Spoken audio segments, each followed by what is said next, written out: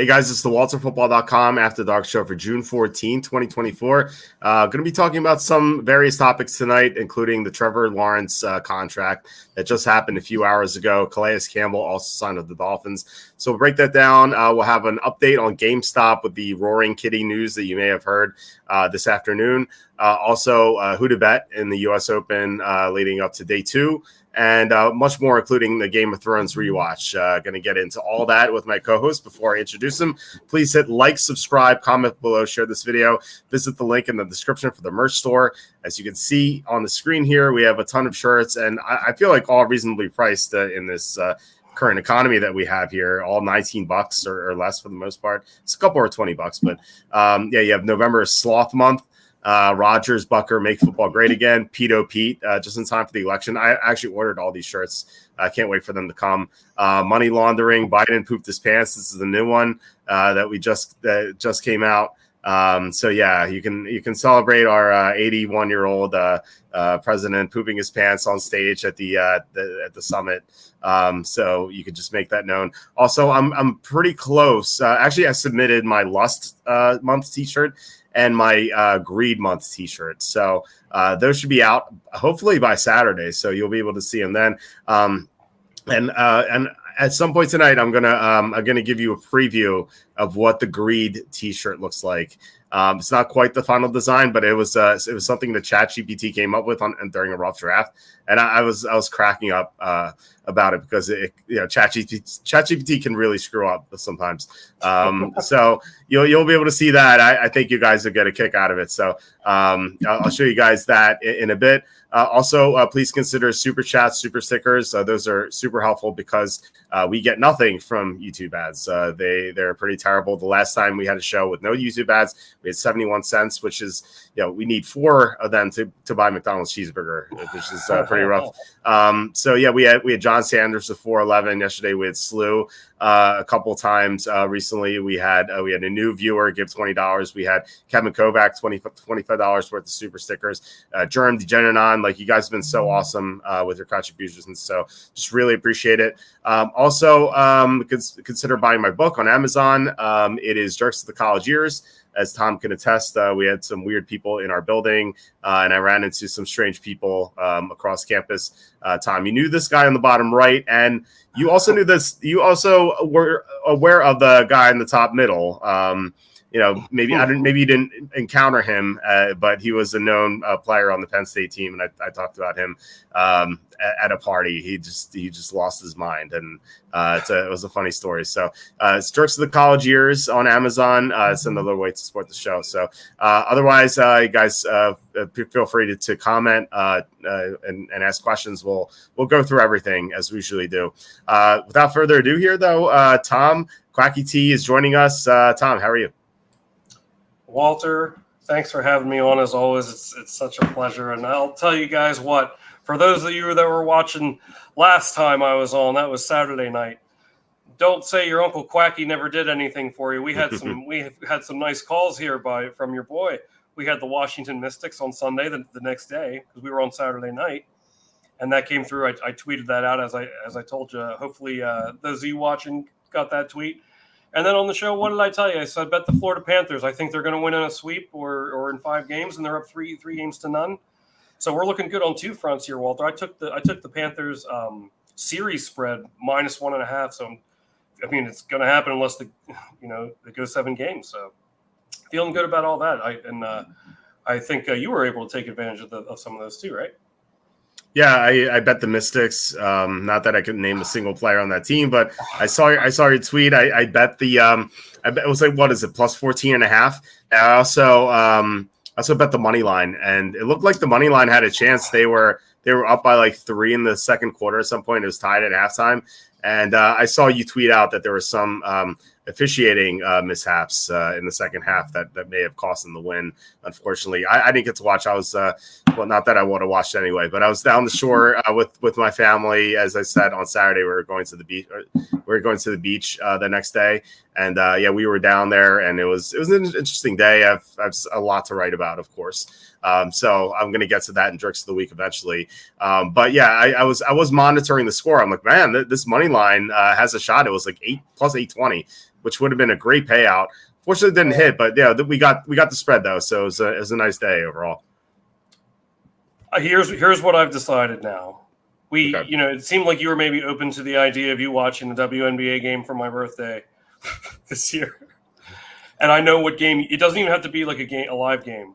I want you to watch that Mystics and that Mystics Liberty game, the one that we hit. I'm not exaggerating one iota when I say it was the greatest women's basketball game I have ever seen. I mean, not even. I mean, at one dude, both teams they just weren't missing. They could not miss. Both teams were shooting 50% from three at one point. It was wow. It was absolutely insane. It was the best women's basketball game I've ever seen. And that, Walter, is the game that you will watch. You don't have to watch any other, because I think you will get you might not get much enjoyment. But if there's a game for you to get maximum enjoyment out of this, it's that game. And we can find. I'll get a replay of it for you. It was a great game. I was on. The refs really hosed them, man, at the end. And you might have seen my tweet because I put on the Mystics Twitter as like, y'all got hosed. Like that was, and like if the league wants to take off, like wants to start building on something, like get the damn officiating fixed. That's the biggest problem. Every foul is like a 2-minute delay. Like, oh, what happened there? Come on. I mean, but like that was a really good game. I've never seen a game like that. So that's what I'll have you watch if you decide to go through with the deal. But yeah, I was just glad that we hit. I thought we were going to do a live stream. I was looking forward to just doing the live stream and just. Oh, okay. Wow. I was just hoping to get you to agree to watch one. I didn't know you were that committed now. Well, listen. If I'm going to watch a game and it's for your birthday, if it wasn't for your birthday, I wouldn't watch it.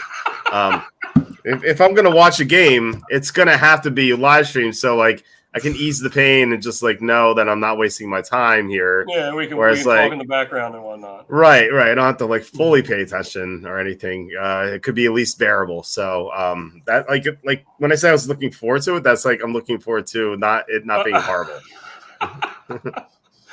Well, we'll do it. I'll see if I can find a good game here in like the next couple of weeks, and we'll do it. It would be a good time. But yeah, I was glad to hit that. And then, like I said, I got the Panthers -1.5. It was +155. So I felt very good.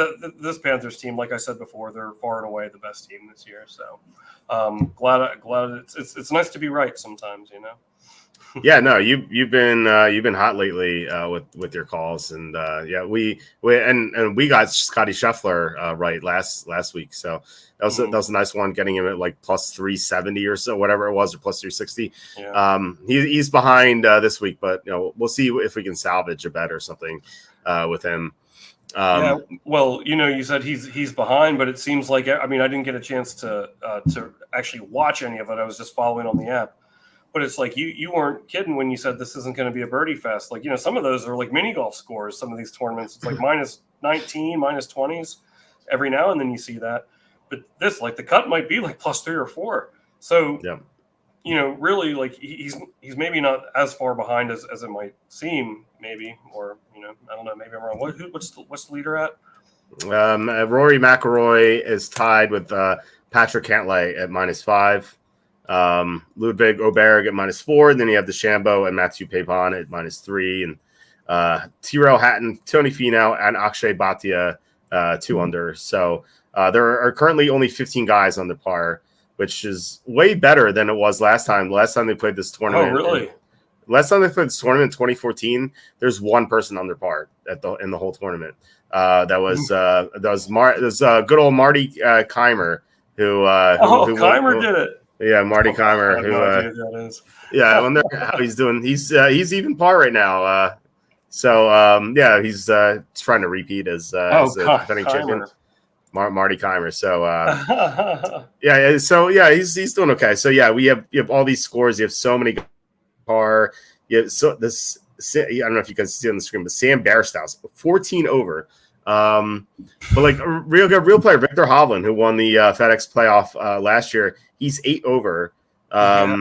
So he had 2 double bogeys here, just a rough start for Victor Hovland, who was he had a bad start to the season, but he's been picking up lately. I think he got 3rd in the PGA Championship. But yeah, he's 8 over par right now. And I know like people are giving Justin Thomas a lot of flack. Thomas is one of the more known golfers out there. He's 7 over par. He did that in the morning, and I saw him trending on Twitter because he was doing so poorly. Then Hovland followed that up with an 8 over, so even worse. So yeah, it's pretty rough for a lot of golfers here. Maybe they can salvage it. Scotty Scheffler's 1 over. He was 2 over for a lot of the day, and then he kind of he got a birdie at the end. See if we can make sense of it. Yes, 17. He got a birdie here to get back to 1 over. Unfortunately, I was hoping to get like 10-1 or 11-1 on Scheffler, and right now on FanDuel, I'm pulling it up now. Scheffler's only 6-1. For someone who's six back, I was like, that's kind of rough. It's not those aren't great odds by any means. Someone who stood out to me, a couple guys stood out to me. Ludwig Oberg is 7-1. He's third place right now. He's one of the most talented golfers in the world. He's so young though. I think this is his first full season on tour. I believe he's 23 or 24 years old. I can just pull it up here. He's 24. Yeah. So this guy has 1 tournament win so far. But like I said, this is his first full year. And when you're comparing like pure talent, like Rory back in the day, sure, but Rory's older now, and I think Oberg, you could claim that outside of Scotty Scheffler, he's the most talented golfer on tour. So 7-1 for a guy who's third place stands out to me. Also, Cantlay, who's tied for first. Like Cantlay's not a bad golfer or anything. He's not like a Davis Thompson who came out of nowhere a few weeks ago to win. Like he's actually a good golfer. He's been having a kind of a rough season for the most part. He's got a third and a fourth here, but overall not great. But he's tied for the lead right now, and yet he's 9-1, which seems weird. It seems very weird. Whereas like Rory is plus 240. Obviously, Rory's the better golfer, but Cantlay's good too. So yeah, for a guy who's tied for first, 9-1, it almost seems too easy. Like I was about to say, like, yeah, I'm gonna bet this, but then I'm like, yeah, I don't know. I mean, like he's been having a rough go of it recently. So of the two, I'd rather bet Oberg at 7-1. I think he's just a lot better than Cantlay at the moment. But I mean, Cantlay's still a good golfer. But I still have interest in Colin Morikawa, 22-1, Brooks Koepka 25-1, like guys we bet who didn't have a great round one. I think Colin Morikawa is even par, and I think Koepka is 1 under, if I remember correctly. I think he's even too. Oh, he's even 2. Yeah, he was in the lead. Yeah, he's even par. Yeah, he was in the lead at some point today. He was 3 under. Yeah, he started like birdie, birdie, birdie, then he went bogey, bogey, bogey. Yeah. Yeah, he was in first place by himself after 10. But he can. I still have faith in those guys. So you're getting slightly better numbers with most of them. So yeah, I'm still a fan of betting them in there. Yeah, I am too, and I think because again, I didn't get the chance to watch any of it, but just following this and seeing the leaderboard here, I mean, it seems like a lot of players are struggling on this. So like I think that could probably, it seems like that could just as easily happen. They could have one of these guys could have like a +4 or something like that tomorrow. Just so I think this one's long from over. So I'll be interested to see where those live winner lines are after tomorrow too. So yeah, if Scheffler is 10-1 or better, I'll consider another unit on him. So I was disappointed to see that he's only 6-1. Kind of goes to show like how great of a player he is. Like he could easily go like 4 or 5 under tomorrow and be in contention. That's what happened a few weeks ago, where he was like 2 over par, and then he was 11-1, and then he ended up finishing in. I don't know if that was the tournament he finished in second, but yeah, he was. He made a charge after that. So we have a couple comments. Slew says, I saw someone we know post Mavs in 7 on X, waiting for the follow-up Oilers in 7. Well, I don't believe in that as strongly, you see. Yeah, exactly. I always have to stir the pot a little bit. So yeah, Chris says, I think it's fantastic that both final series are 3-0 right now. How sad for Mickey and friends. Yes, always glad to see Mickey and friends suffer. But wouldn't it be crazy if both come back, to 4-3? You know, like that so rarely happens. Like, what if this is the year that we see 4 to 3 comebacks in both finals? That would be. I mean, let me tell you what. If that was on a book somewhere, I would take it. Just to say, Really? because because I mean, that's a rare thing to occur. Both the NBA and NHL finals to be 3-0 at the same year. What odds would you need for that to take it? I don't know. Probably not something I'm going to get. 500 to 1. Yeah, I was going to start the bidding around 400 or 500 to 1. Okay. Never happened in NBA.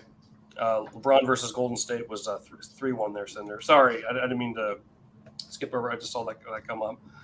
Never happened. We were talking about this in the green room before. It's never happened in the NBA. It's happened, I think, 6 or 7. It's happened more than you'd think in hockey. I can think of twice that it happened in my lifetime. And it's only happened once in Major League Baseball. Remember the 2004 Boston Red Sox over the Yankees in that ALCS. So we were saying beforehand, and I think it's just so strange that it never happened in the NBA because there are more 3-0 comeback, or there are fewer 3-0 comebacks in the NBA and MLB combined than there are 16 seeds upsetting 1 seeds in the college tournament. That's crazy. Like, I just feel like eventually, like, I feel like it would have to happen. But like in the NBA, but so it's crazy to think about that. Yeah, I want to ask you a question about that. But before we do, we had a 555 super chat from Germ. Hey, thank you, Germ. Says, I've been wearing my socks inside out. It really is 10 times better. I guess myself is good. Yeah, converted one. I converted one. Yeah, dude. I'm telling you guys, if you haven't done this, we said this. We were talking about this on the show a couple weeks ago. American socks are made wrong. The seams are on the inside. They should be on the outside, and they are in other countries, but they're not for some reason in America. So I heard about this, and I was like, let me try wearing my socks inside out, and it like changed my life. It felt like so much better. It felt like my feet were on clouds or something like that. And I've been doing it ever since. People make fun of me for it. And I'm like, dude, don't knock it until you try it. Like, try wearing your socks inside out, and I promise you won't go back. And there's some people who are just stuck in this box and like, I can't do it. I knew this girl, Jen. I used to be friends with her. We used to be at the same swim club together, and she knew I did it. And she was the same thing. She's like, wow, well, this is so stupid. Why are you doing this? I'm like, Jen, try it. Like, you won't go back. And she was just stuck in this box. And like, she's my friend. I don't want to like rag on her too much, but like, she has this like mental like block in her head. She's like, I can't do it. I just can't do it. I just can't do it. So a lot of people are like that, where they just won't try it. But I'm really telling you guys, if you wear your socks inside out, you are going to be a much happier person because your feet are going to be so much more comfortable. I admit I did try it one day myself. And I did notice it was much more comfortable, but then I've forgotten to do it ever since because I'm an amoeba. So, but I can attest. It's good. It's much better. Carmen with the $4 super sticker. Thank you so much, Carmen. Yeah, really appreciate it. You and Germ, thank you so much for your contributions. Thank you guys. It's awesome. Yeah, I was going to ask you, like, so you brought it up, never happened in the NBA, happened once in baseball. Like, why do you think that is? Like, you'd think that it would happen more often, especially with like 16 seeds beating 1 seed, as you said, more often. Like, why do you think this is like has never happened in the NBA? It seems like it would have happened at least a couple times. Yeah, and also to backtrack on that I can see some people might think that's an unfair comparison, in a way. Maybe it's apples to oranges, because that's the 16 seed is upsetting the 1 seed is 1 game as opposed to a 7-game series.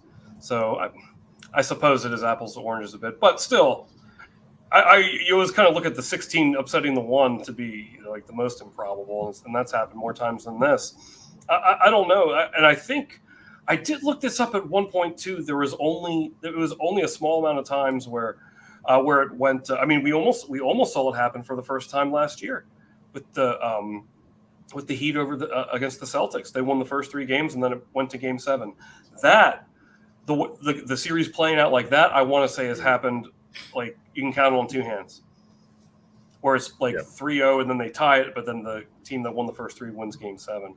Yeah, never happened in the NFL either. That's right. never will. Yeah, you can count on that one. But it's now I lost my train of thought. What was I saying about the 3-3-1 playing out like that?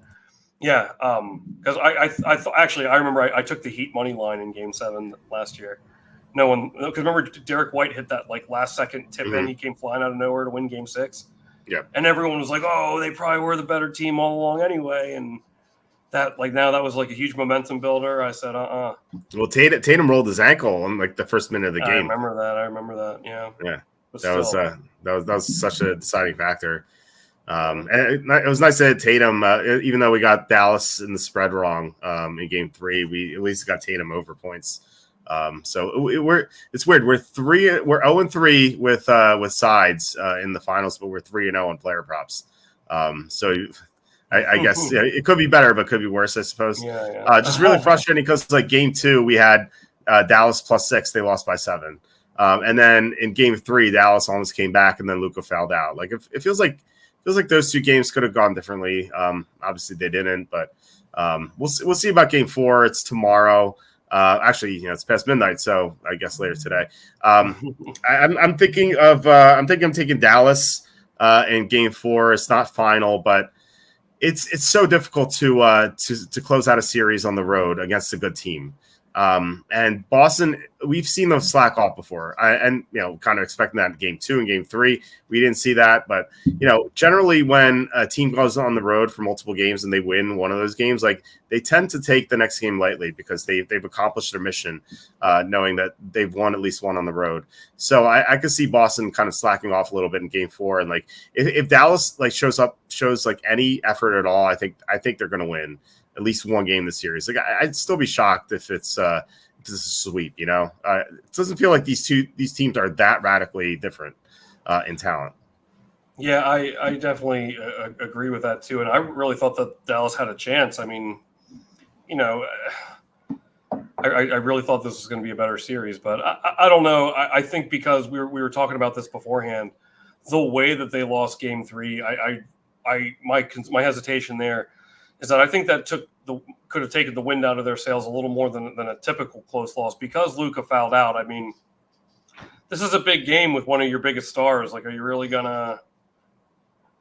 You know what I mean? So then it's that's a horrible call. Yeah, I agree, and I think maybe if you're the Mavericks and their fans, you're probably like in the back of your mind, like, oh, now like we can't even win it. Like it's kind of like against us. It's scripted out this way, and you're kind of a little more defeated than you would be after like any other close game. Just like the way, like they're like trying to let them or like trying to help them out or whatever you want to theorize. But that just hurt not having Luke at the end. I mean, it's going to be so tough for them to pull it off at that point. And it wasn't like in the last 30 seconds. Weren't there like 3 or 4 minutes left? I think. Yeah, it was like 3 minutes or something. Yeah.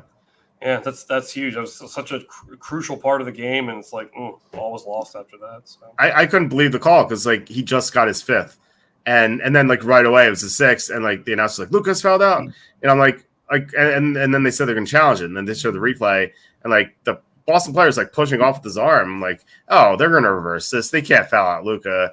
And then they're like, yeah, Paul call stands. Like, what? It's like offensive foul, if anything. And how do you decide a game like that? Like, it's just like no one's there to see the refs. Like, people are there to see a basketball game. I hate when the refs decide it. Like, you think they'd be smarter about it, not foul out the best player on the court. I just like if it's the second quarter and you call that foul, fine. But like the 6th foul in the final 3 minutes. You just can't do that. I think those officials were completely incompetent last night. I even tweeted, I'm like, have these officials ever officiated a basketball game before tonight? Like, I just don't know. Like, I really question that. Oh, go ahead. I'm sorry. I was going to read more comments, but you can. Oh, okay. Let's read some more comments and then we'll get into. Okay. Let's see. Chris says there is no way Florida's losing 4 straight games unless Bobrovsky is abducted by aliens. Hey, he's been incredible. He's been incredible. you never know. These aliens might be like, hey, we have Edmonton here. We need some help here with our vet. John says that Trevor Lawrence is making $12 million a year more than Josh Allen. We'll get to Trevor Lawrence in a bit. I grade the contract and the Calais Campbell signing. Brett asking Walt, when are the After Dark mock drafts coming back? This is the fantasy mock drafts to do in August. It'll be in August. We're going to do so many in August. So starting that month, we're gonna have mock drafts like almost every day. So it's gonna be fun. Cassandra says now Walt not only needs to watch the WNBA game, but a replay of a WNBA game that he already knows the outcome of. That's brutal. Yeah, talk about torture, man. Well, I'm trying to give him options. You see, I don't know. Maybe he'll like the replay better. No, man. Trying to make it as convenient as possible. Talk you into it. Chris says a live stream would be worth it just for Walt's reactions. Walt, but please see if you can get Antonio Brown on for that show to watch a Caitlin Clark game together. Yeah, we were talking last night about reaching out to Antonio Brown to have him on the show. Like Antonio Brown, he's the most entertaining person on Twitter. And I was even joking. I'm like, I would love to hire Antonio Brown, but I obviously can't afford like a former NFL player. And then I thought about it, and Antonio Brown posted how much he made on Twitter. You get paid through Twitter, reactions now. He got paid like $2,400 last month. And I'm like, we could beat that, I was like, maybe we should hire Antonio Brown. I feel like, and I was thinking about that today. Not that it would happen, but I was like, hypothetically, if I did hire Antonio Brown, I feel like he'd be the most the least responsible employee ever. Like, I feel like I'd never know if he would show up or when he would post something, he'd just be he'd do stuff sometimes, but then it'd be like weeks until I heard from him or something. I think that he would be so unreliable. But it would be worth it for like a month or so just to get reactions to it, because he's angered so many people on Twitter, but I love it, man. I think he's one of the best crap posters on Twitter. It might be the comment or the podcast equivalent of Emmett on the panel, sort of thing, or adjacent to that. Well, Emmett was just like inept grammatically, whereas Antonio, right. Two different things, but maybe humor level. I don't know. But well, I feel like Emmett wasn't trying to be funny, whereas the stuff one of the most hilarious people on the internet. The stuff he posts on Twitter is amazing. I even tweeted out half jokingly, half seriously too, that Antonio Brown's having the best second career of any NFL player since O.J. Simpson, which is like a funny comparison, right? Because O.J. Simpson was beloved before the whole incident. Like, he was in the Naked Gun movies. Like, he was a great sideline. Right? Yeah, he was doing everything. Everyone loved him. And then when the stuff went down, and that was a whole car chase. Like, I remember watching that in like 7th grade or whatever it was. I was like, this is not real. Come on, OJ got framed, right? Like, we're like me and my friends were like, yeah, come on, OJ's a great guy. Like, he would never do something like that. And it was just shocking. But I feel like if Antonio Brown did something like that, like, no one would be surprised. But his career trajectory, like, if any network were to hire him, I feel like they would have like a huge rating spike because everyone would tune in. And so I would love to have him like on the show, just like, because you never know what he's going to say. And like, he's going to just make fun of everyone. Like, the stuff he says is outrageous, but it's incredible too. You never know what he's going to say. How is that any different from me? Well, that's I'm just kidding. I'm not that bad. Anyway, we should reach out to him and get his reactions to that WNBA game. That'd be awesome. Cinder says Scotty too hottie. Yes, I think he'll come back. Only happened once in the NBA. LeBron. Oh yeah, we had that. My Dolphin Fin 69 says, can the Jags get out of it in year 3-4 if they need to? I imagine so. I haven't looked at the contract details yet. I don't even know if the full details are out yet, but I assume that they protected themselves just in case you have the worst case scenario, and like Lawrence he's like a horrible back injury, and he's just never the same. Like something that happened to like Andrew Luck, who just had to retire. I feel like they're going to protect themselves, but I guess you never know. But I haven't looked at the contract details yet. Sue says, okay, he says MGM parlay, Mavs and Oilers, 293-1, best I could find. Wouldn't even bet that at 500-1. No, you'd be better. I mean, if you really think that, like, if you think that could happen, I would just bet both individually to win in 7. You know, like it's like just for one to happen is insane. You're going to get good odds on either of those, but both of them, oh my god, that would be. You wouldn't bet $10 to win $2,930? Seems okay. It seems like a fun $10 bet. You know, like I've done dumber things than $10 before. You know. Yeah, I mean, I feel like if you're going to bet that, you have to bet them both individually. That way, in case, like, you know, because if you're betting it, you at least think that there's a chance it could happen. Right. Be it a small one, then, you know, at least you could still, you know, or you can bet all 3. And then you're going to be profitable either way. I mean, as long as you bet the same amount, but you know, because the odds are going to be so good. But you were talking about you know, the game 3, the finals game 3 last night, and how like you didn't like when, you know, of course no one likes when the officials like affect the outcome of the game. To that extent, like here's another game that comes to mind for me, and I want to know.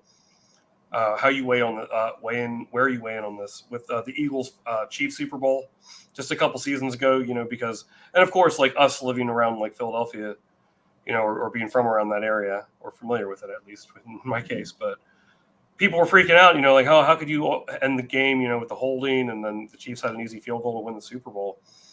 But like, to me, like, I don't know, the game is like never lost on one play. Like, remember that like Hurts fumbled and they return it for a touchdown. Like, I mean, you know, it's never just one play. Right. But like, do you think that was like a same kind of instance? Like, do you remember the play I'm talking about? Yeah. Yeah. I mean, it was a bad call. If it was a good call, if it was blatant holding, then yeah, you make the call. But if it's a bad call, then you don't. And I think it's the same instance. Like, if Luka has 5 fouls and he like straight up hacks someone, like, yeah, call foul, get him out of the game.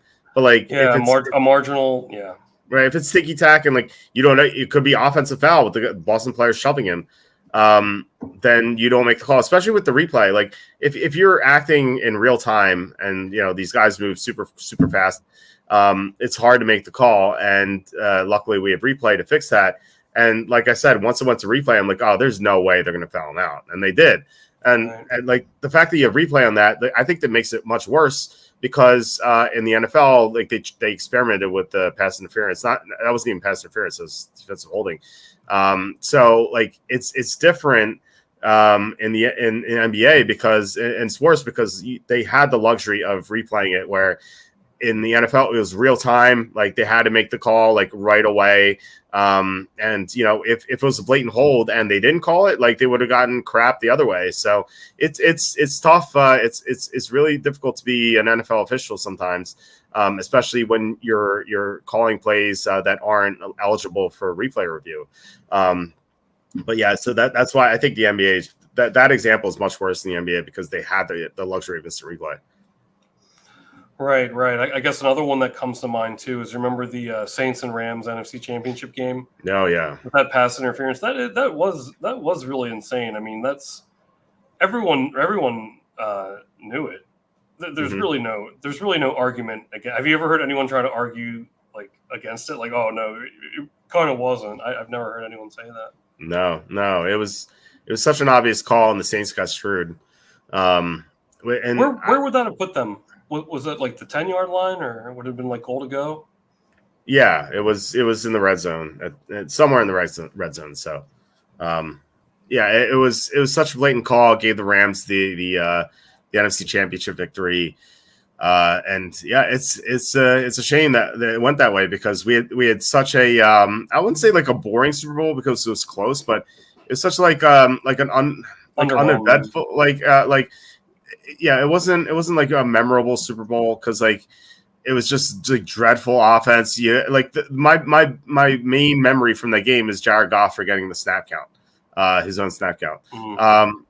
But yeah, it would have been great to see Brady versus Breeze in the Super Bowl, but yeah, they took that away from us, and it was it's a shame, and that actually led to the pass interference replay, which only lasted 1 year, and didn't come to fruition, but I guess it could have changed something. That play wasn't on 4th down, though, was it?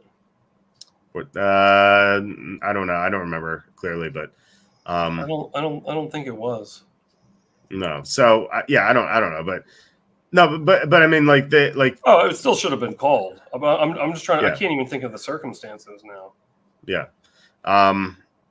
Yeah. So yeah, it led to instant replay for pass interference the next year, but they never or eventually it did, and they never kept it. So I guess it didn't end up mattering, but.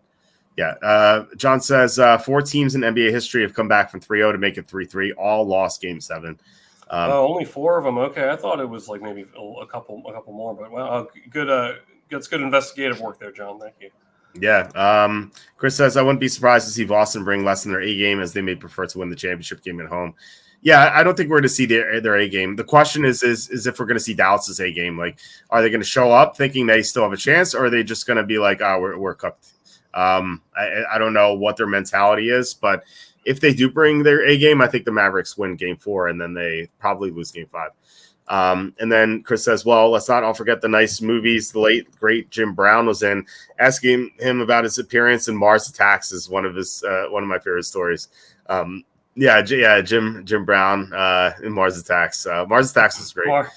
Mars Attacks, oh my God. When that came out, 97? Yeah, something like that. I saw it in the movie theater with my friends, so I think we were. So, it was that was a good movie for sure. The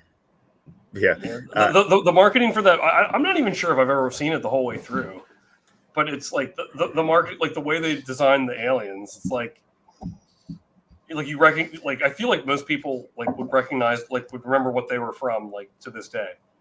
Yeah. You know what I mean? It was well done. The sound they made.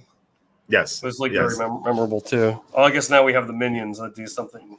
I wonder if the Minions were based on that. I don't know. It may have been. Yeah. No, that was great. But I did want to get into the contract of Trevor Lawrence. Unless you had something. No. Let's we can keep it moving here. All right. So we had 2 signings tonight.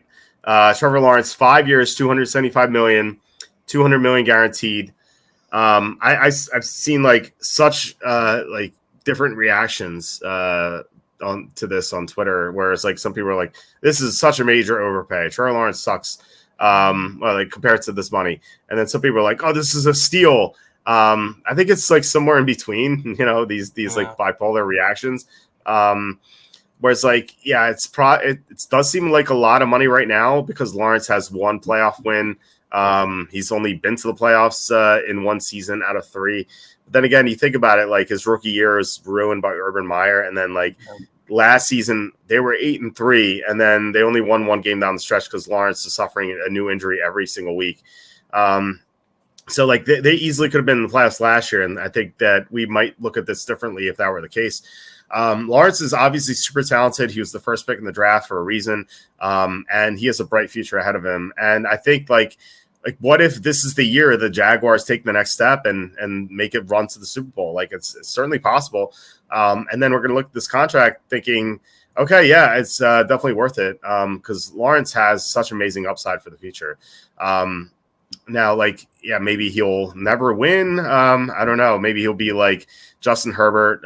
Herbert's getting a lot of flack for that reason, but he's still young too. But still, I think this contract's fine. It's not a bargain. I wouldn't grade this in the A range, but I think Lawrence could definitely he could definitely live up to this deal. So I'm giving it a B+. Besides, what are the Jaguars going to do? Let him walk and go back to play portals? It's just what else are they going to do? So I think this is a B+. Any thoughts on this signing? Yeah, I like it, and I'm a big fan of Trevor Lawrence, and I understand the arguments that folks have against this. But like I don't really count I'm gonna say his freshman year. I don't really even count his rookie year because of that whole Urban Meyer circus. Um, yeah, he's only been to the playoffs once, but that was a very memorable playoff run where they made that comeback against the Superchargers, and then they only lost they covered that game against the Chiefs, who later went on to win the Super. That was a 7-point game. I mean, that was much better than I think most people anticipated they would do. And then this last year, like you said, 8-3, and if it weren't for those injuries, and you could tell like it was definitely affecting him. So really, he hasn't had. 2 of those years he hasn't been 100% there, whether it be physically or mentally with Urban Meyer. So I think this is a pretty good deal. I anticipate them to be. I think that the Jags could be pretty good this year. So I think it's pretty good. I don't love it, but yeah, I'm a big fan of his. I hope he does well. Yeah, same here. John says, what's crazy is that Lawrence and Daniel Jones both played 48 games. Their stats are almost identical, but Lawrence is clearly better.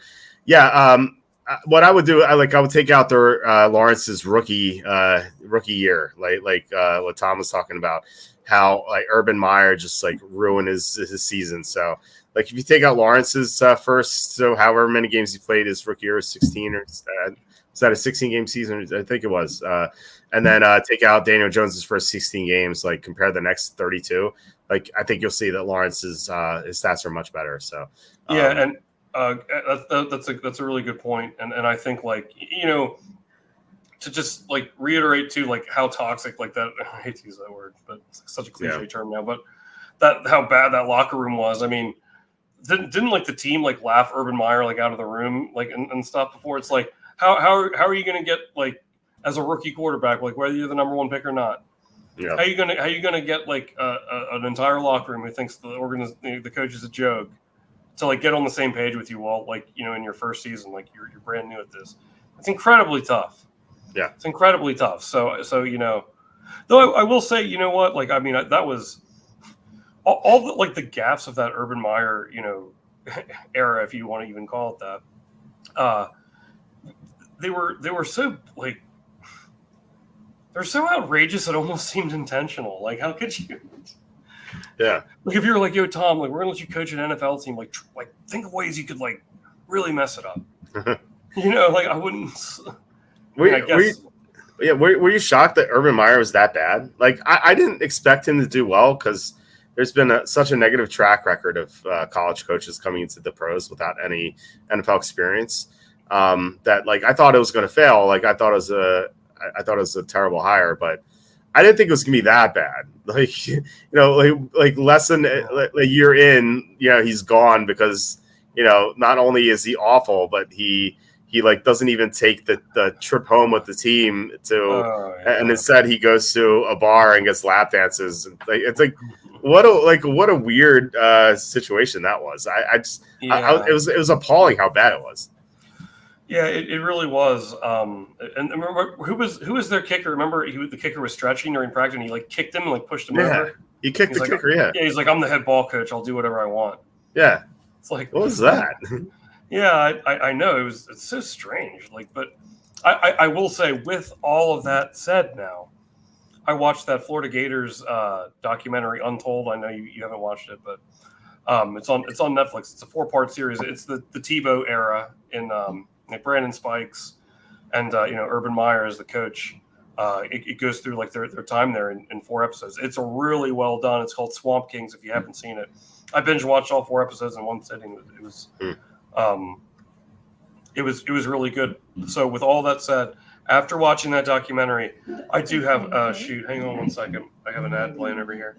After watching that documentary, I have a different opinion of Urban Meyer. Like I think I have like a better opinion of him, even after all he did. You see like a bit of a different side of him in that, and so I recommend it. Like not only for that reason, but it's really good, and especially I was in college during that time too, so watching college football like at Penn State, Florida was such a powerhouse, and we kind of lived through it to see him go over it is pretty awesome. Yeah. Josh Lambo was the kicker, by the way. That's right, Lambo. Yeah. John says, asks, does this help or hurt Tua and Dak? I can't see it hurting them. I would assume it's only going to be for the upside, at the very least neutral. But every quarterback who signs a contract like this, it's going to push everything upwards. So, I assume that it can't hurt them. I think it's only could be beneficial. Let's see. Chris says, I legit wonder if that clown Monty Williams is trying to get fired by the Pistons. He never wanted to join the team. Then Gores gave him that ridiculous contract and he took it. I'm not familiar with the situation. I haven't followed the Pistons very closely. But I mean, maybe you can enlighten us on the situation. I just don't know. And then Chris also says that Gators doc was pretty bad. Just 4 episodes of waxing the Gators carrot. They glossed over all the drama, including Cam Newton. I haven't seen it, so I can't say. You didn't like it, Chris? I thought it was pretty good. You're right. They did gloss over the Cam Newton or the Cam Newton thing. I wonder if maybe the biggest drama that you're thinking of with the whole Aaron Hernandez situation. I mean, I don't know. That's like a whole documentary in itself. So maybe they just thought it best. You know what I mean? To just like, we want this to be 4 episodes, or do we want it to be like 8? I don't know. But no, you're not wrong. I really enjoyed it though. I thought it was good. But documentary inception, a documentary within a documentary. Yeah. My nightmare. Yeah. Unless octopi are involved. Yeah, exactly. Well, speaking of Tebow, I'll never forget. It made me think of this game. Remember the famous when Tebow won that game, the divisional round or wild card round against the Steelers. On that first play from scrimmage, Demaryius Thomas, the late great Demaryius Thomas. Yeah. But I remember because the Broncos were plus 8.5, and I had at the time the biggest bet I ever made. I had $300 on the Broncos plus 8.5. Who was on the Steelers that couldn't play? It was someone on their defense. He has what's his name? He had sickle cell or something. He couldn't play in the altitude. So there was that. But remember, the Broncos ran the ball every play with Tebow, and they had all those miracle comebacks. They'd win games 13-10 and stuff. That was a really crazy run. But I remember, the Broncos, they were up big. But once they went to overtime, I knew I was good at plus 8.5. Yeah. But it was that very first play that was awesome because I wanted to take the money line too. But at the time, I was calling my bets into a guy and they didn't do money line bets because I was going to take the Broncos money line. What was that back in? I was 2012 season. Yeah, 2011. That was the start of the 2012 year, which is I feel like one of the craziest years of my life. I chronicled the story about how I met that girl from Colorado. That whole 2012 year. Yeah, that was because I remember her and I were talking about that game, and then the Broncos because she's from Boulder, so. It was the next game was Broncos and Patriots, and I kind of famously said, "Oh, Tebow is going to do great against Bill Belichick's defense." What a stupid thing to say. And she was giving me crap for it, but jokingly. But she told her friends, she's like, well, Walter Football is picking the Broncos to beat the Patriots, and then they're all making fun of me because I made that stupid pick. But no, Belichick definitely solved in Tebow, but Tebow doesn't get enough credit for that game. He had 400 net yards against the number 1 defense in the NFL, albeit without Ryan Clark, who's a good player, not the best player on the team, but pretty solid player on that defense. Right, that was a really remarkable run. It was fun to watch. Mm-hmm. But, Hernandez was covered by another doc, but I also like to know how much sex Tebow was turning down. Right. Yeah, it's crazy. Remember that girl Tim Tebow took a picture with? I think I know which photo you're talking to. Yeah. Oh yeah, the one on the site. Yeah, I definitely remember it. It's way down here. People are like, never take it off. Here it is. The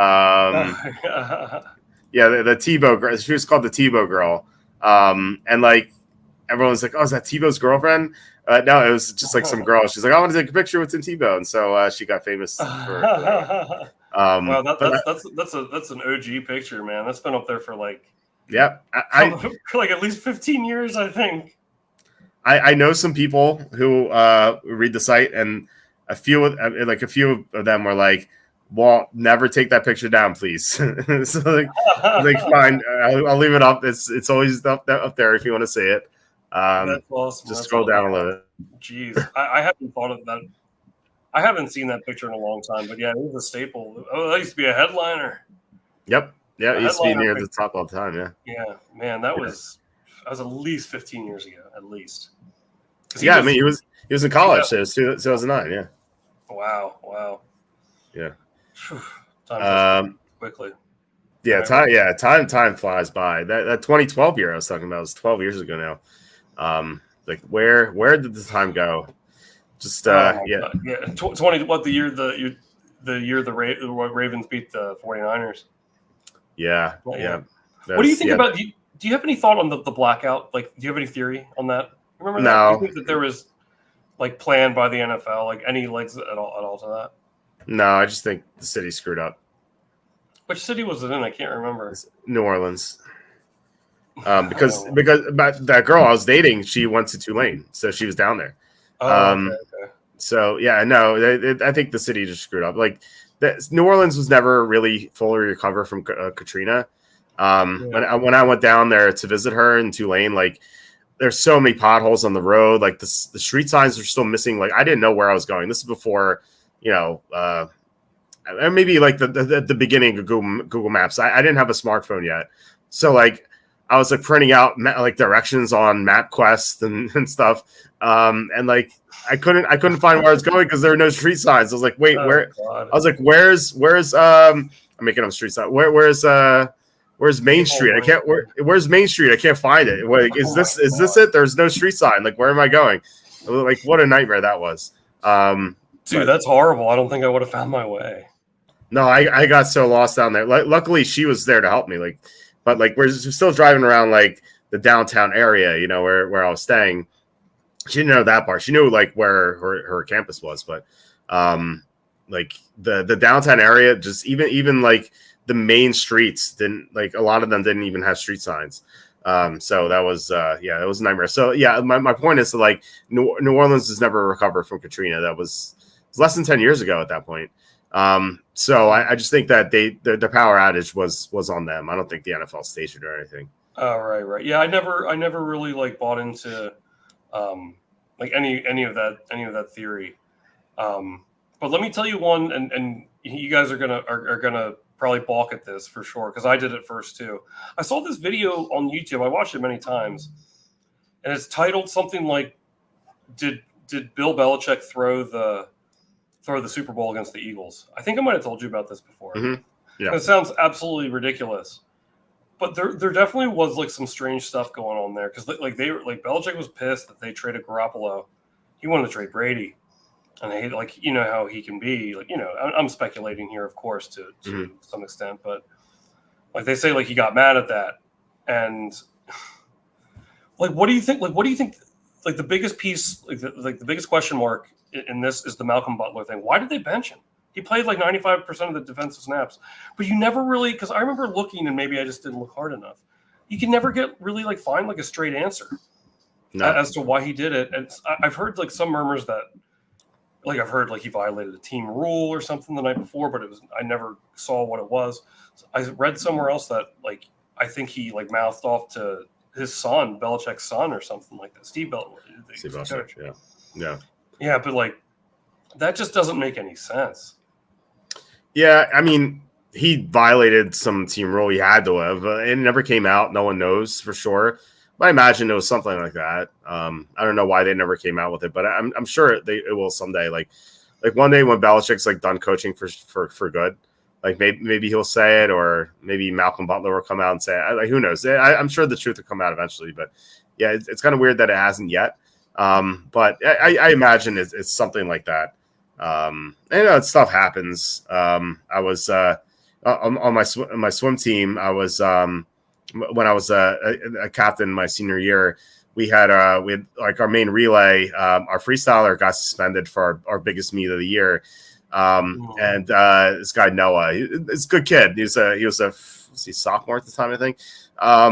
But like he got suspended from the team because like, he just wasn't showing up to enough practices or something. And like the coach was like, oh, if you don't show up one more time, you're going to be suspended. And like, sure enough, like he cut practice, just to go somewhere with a girl, And so he got suspended for my biggest meet of the year. And I remember being pissed because, like I was like, we need all hands on deck for this meet. Yeah. And like we ended up losing. And I'm like, man, if we had Noah, like we may have won. And I was pissed at the coach, but then he talked to me about it. He's like, if I let this go, like you're gonna have a lot of other people just slacking off and stuff like that. And I was like, that kind of makes sense and whatever, Right. No, and I understand both perspectives, but yeah, for sure, that's. I just don't understand, like why. I mean, it had to have been something. I guess I just can't understand like a punishment of that magnitude, like with such late notice, and it never came out. Like I think that's what's so strange about it to me. But anyhow, like to furthermore in that video, they talk about like you can see on the sidelines, like Belichick's nowhere to be found with like 3 minutes to go in the game. Like he's not there like talking. Yeah, like, and I'm sure he could like easily like rebuke it. But like I'm not saying I believe the guy's theory, but it is interesting as opposed to when I read, I was like, this guy's crazy. It's like it is like an interesting train of thought, but. Where did he go that he wasn't on the sideline? Was he in the stands like getting a hot dog? But like he wasn't like remember Mark Sanchez used to have his house? Yeah. He was trying to be like all secretive about it, like dude, we see you there. Yeah. But anyhow, I can't remember where I was going, but I thought of something else with Malcolm Butler. You know what like shot I really love, like to me is like iconic in a way. Of course, like everyone knows him for making an interception on the 1 yard line in the Super Bowl. Like if you see like a replay, like a couple of his team, like he's walking off the field and like you can see like he starts like crying. He's like he falls over and his like teammates are like kind of picking him up. That's like could you imagine what that would how you overwhelmed with emotion you would be? It's like my God, man, do you realize what you've just done? I know. Like you're gonna be, and like I think that hit him. Like, oh my God, like, dude, you did like the most unthinkable thing on like literally the biggest stage in your industry. Literally, like everyone who follows this will like, more or less like you'll always be remembered as like something. And then like I love that moment, just like the sheer emotion. Like it's like he's like lost control of like his body because he couldn't believe how. Yeah. Geez, I never thought that would happen. I really thought if they. I know we talked about this before, but if they had just run it in, which was what I thought was going to be a no-brainer, there was still like 30 seconds left on the clock, and they would have been down by 3, assuming they make the extra point. Well, no, that was still the 2 yard extra point, I think, in 2014, wasn't it? Right. It was the year. I think it might have been the last year for it. Might have been the last game for it. And so yeah, they're going to make the extra point. I mean, like 32 seconds to get in field goal range. I can't remember how many timeouts they had, but I don't think that's not that tall of an order, for like a team like the Patriots. I mean, it's not easy, but that's why you run the ball, because if you don't get it, you take the time off the clock, and then you run it again, and like you probably have actually 2 runs. I don't know if Seattle had timeouts at that point. But you run the ball. If you don't have a timeout, you run twice and then throw it twice. If you have a timeout, you run it 3 times and throw it once. So good. You know what the crazy thing about that call by Pete Carroll too is, because if it had worked, he would have been a freaking genius. Yep. That's what's crazy about it, because he would have sat there and been like, the whole world knows we're going to Marshawn Lynch, and we decided to throw the ball at the 1. No one would have ever thought that. He would have been remembered for that.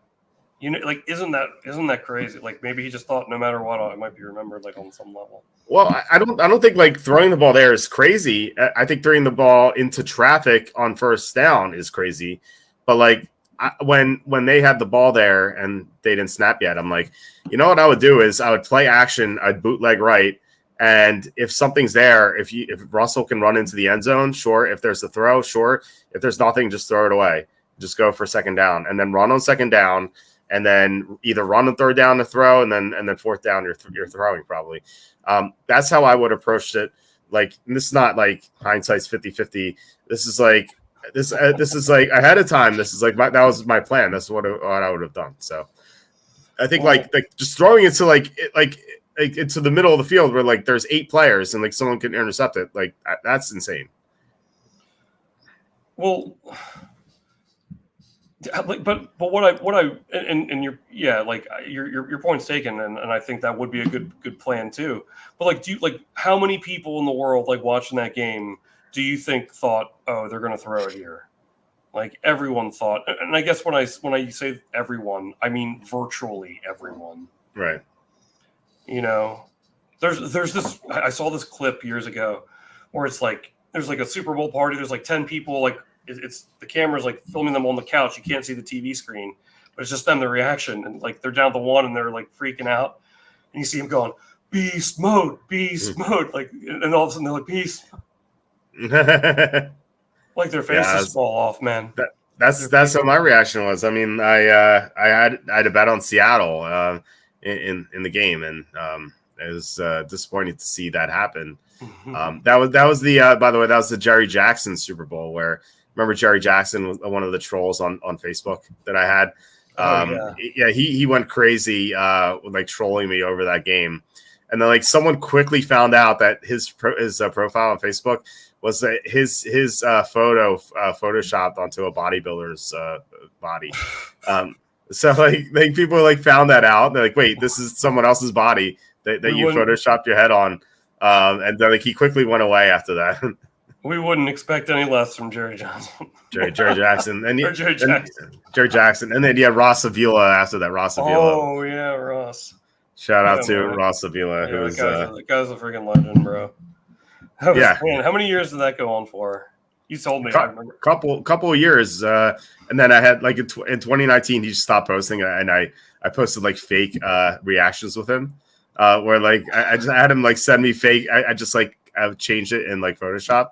I was like, hey Walt, I was like, one of the tweets was like, hey Walt, sorry about what I said in the past. I'm getting bullied at school. Do you have any recommendations to stop the bullying? I like giving like favorite responses, so it was pretty funny. Yeah, like Walter's people, like you're giving like exactly doing the Lord's work. Yeah, I just what do you? Seahawks gone great all the way to Super Game. The shout out to Mario Maglini. One of the best. Now, here's an interesting question, but I think the answer is probably going to be just as bad. Which game hurts more as a like which fan base do you think hurt more from their Super Bowl loss? The Falcons or the Seahawks? I mean, the Falcons never won one, so at least Seattle won. What was it? It was the year before. Yeah, they won the year before. So, but so at least they had a win, whereas Atlanta just hasn't had one. So, yeah, but I guess like the style of the I'm gonna go ahead and say I'm gonna say the Falcons probably hurt worse because it seemed like such an insurmountable lead and it happened like so slowly as opposed to like the Seahawks. You could say like like the way it ended, like that's heartbreaking doesn't begin to describe it. No, but they weren't winning the game at that point. They were losing they were losing the game, and it was a close game. It wasn't like, man, when Robert Alford had that pick six, man, I was like, this is over. No, like it just seemed like everything was going the Falcons' way. And then, what's his name? Tevin, was it Cole? He used to play on the 49ers. He scored their last touchdown to make it 28-3. Was it Tevin Coleman? Am I making that up? I'm not sure. He was like the backup running back he played on the 49ers for a while, and then he was on that Falcons team.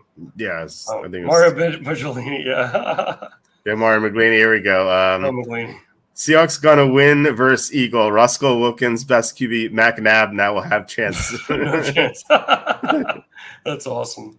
Yeah. Yeah, I forgot about Mario. I forgot about him. Yeah, I love Mario Maglini. Marshall score touchdowns. Good old Marshall Lynch. I just think the Falcons one has to hurt more. Yeah, but geez, but I know I told you about this video where it's a Super Bowl watch party at the College Football Hall of Fame in Atlanta.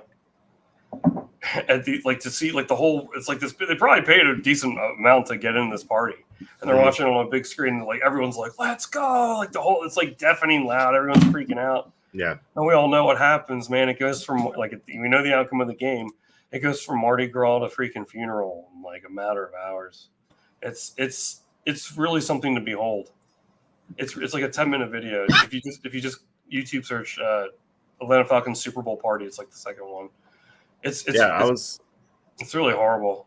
I was in Atlanta for the Super Bowl, and I remember going out with Charlie that night, and we didn't see a single. I'm thinking of another Super Bowl. I'm thinking of Eagles Rams. I'm thinking Patriots Rams. Whatever city that was hosted that in, I think we went out that night. I think it was in Houston. I think that was Houston. That was in Houston. It was Houston. It was Houston. Yeah. So I remember. Yeah, we went out that night. Went out to some bar after the game, and every person there was a Patriots fan. Everyone was either not wearing a jersey or wearing a Patriots jersey. We didn't see a single Falcons jersey out there, which you think that Atlanta people went out to the game, and they lost, but hey, they still go out to the bar. We didn't see a single Falcons jersey that night. It was pretty funny. Yeah, I wouldn't blame them. I mean, I wouldn't want to be caught in Falcons jersey after that night. I mean, if you're a real fan, I mean, something like that is that hurts. Man, yeah, that's gotta hurt. I mean, and not taking anything. I said I think that one hurts more than the Seahawks. Not taking anything away from the Seahawks, because I'll never forget, that was the year the Seahawks, remember the Packers freaking choked, and oh my God, that was the last time I had sports depression. I was done. I couldn't. I said I'm not going to get this emotionally involved. That Packers loss hurt so bad. Yeah. But then I remember after that happened to the Seahawks, I was like, I thought I was hurting after that Packers loss. Imagine being a Seahawks fan. Yep. So in a way, I was sort of glad. Yeah. Yeah, I was glad it happened. Yeah, I hate the Seahawks. Yeah, I'm glad they didn't. I'm glad they didn't run it. There you go. So, but I just think, and then the Packers lost in the NFC Championship to that. The Packers have played so many NFC Championship games where it's over before it ever got started. It's that one against the Falcons. I mean, they never had a freaking chance. At no point in the game did I think Green Bay could win. Once after the Falcons scored the first touchdown after that first drive, I was like, I hate that. At least keep me in it for some amount of the game. Mm-hmm. I knew from jump it was over, man. That team was good. I mean, that Falcons team was great. Matt Ryan was MVP that year. Yep. Yeah, they haven't won a playoff game since. Speaking of Atlanta, I wanted to get to that other contract. Right? Yeah, go ahead. Sorry. Dolphins signed Calais Campbell, who I say speaking of Atlanta because he was on Atlanta last year. I thought this is a great signing for the Dolphins because they lost Christian Wilkins. They lost a lot of front seven personnel this offseason. So getting someone like Campbell, he's not going to be as good as Wilkins, who had 9 sacks last year. Campbell has 6.5. So it's a solid replacement for the short term. So he's definitely going to help out Miami's front seven. And for Atlanta, this is another blow for Atlanta. They signed Kirk Cousins in February, and everyone's like, oh, this is, or March, whatever it was. And everyone's like, oh, the Falcons are going to compete for the playoffs. They're going to be winning the division. And I feel like their offseason ever since has been a disaster. They spent a ton of money on Darnell Mooney for some reason. They drafted Michael Penix instead of Laiatu Latu, which could work out if Cousins is not able to play, but then again, it's still a downside. And then they lose Calais Campbell. I just assumed that Atlanta was going to bring him back. Now Atlanta loses Campbell. They lost out on Laiatu Latu. You have to really worry about their defensive line here. And so if Cousins pans out, or if Penix starts and he does well as a rookie, they're going to score some points, but like, are they going to be able to stop anyone? I just feel like they're going to lose 38-31 in the playoffs to whoever they play. Like, whether it's the Eagles or Lions or Packers or Rams or Niners, like they're not going to be able to stop the opponent that they play in the first round. So looks like even if Atlanta wins the division, it's like, if winning the NFC South is nothing significant. Like I actually have the Falcons winning the division at 7-10. But like they're going to be one and done in the playoffs. Like there's no doubt about it. They ain't making the playoffs, man. Who's winning the division? That's South. Not the Falcons. Not if Kirk Cousins is there. Here's the thing about this, and I agree. I mean, this, like what's going on here? Like I'm telling you, if they got Penix for, by the way, did you see? I saw right before we came on the show that they got fined like a whole lot of money. They lost they lost a pick. What are they doing?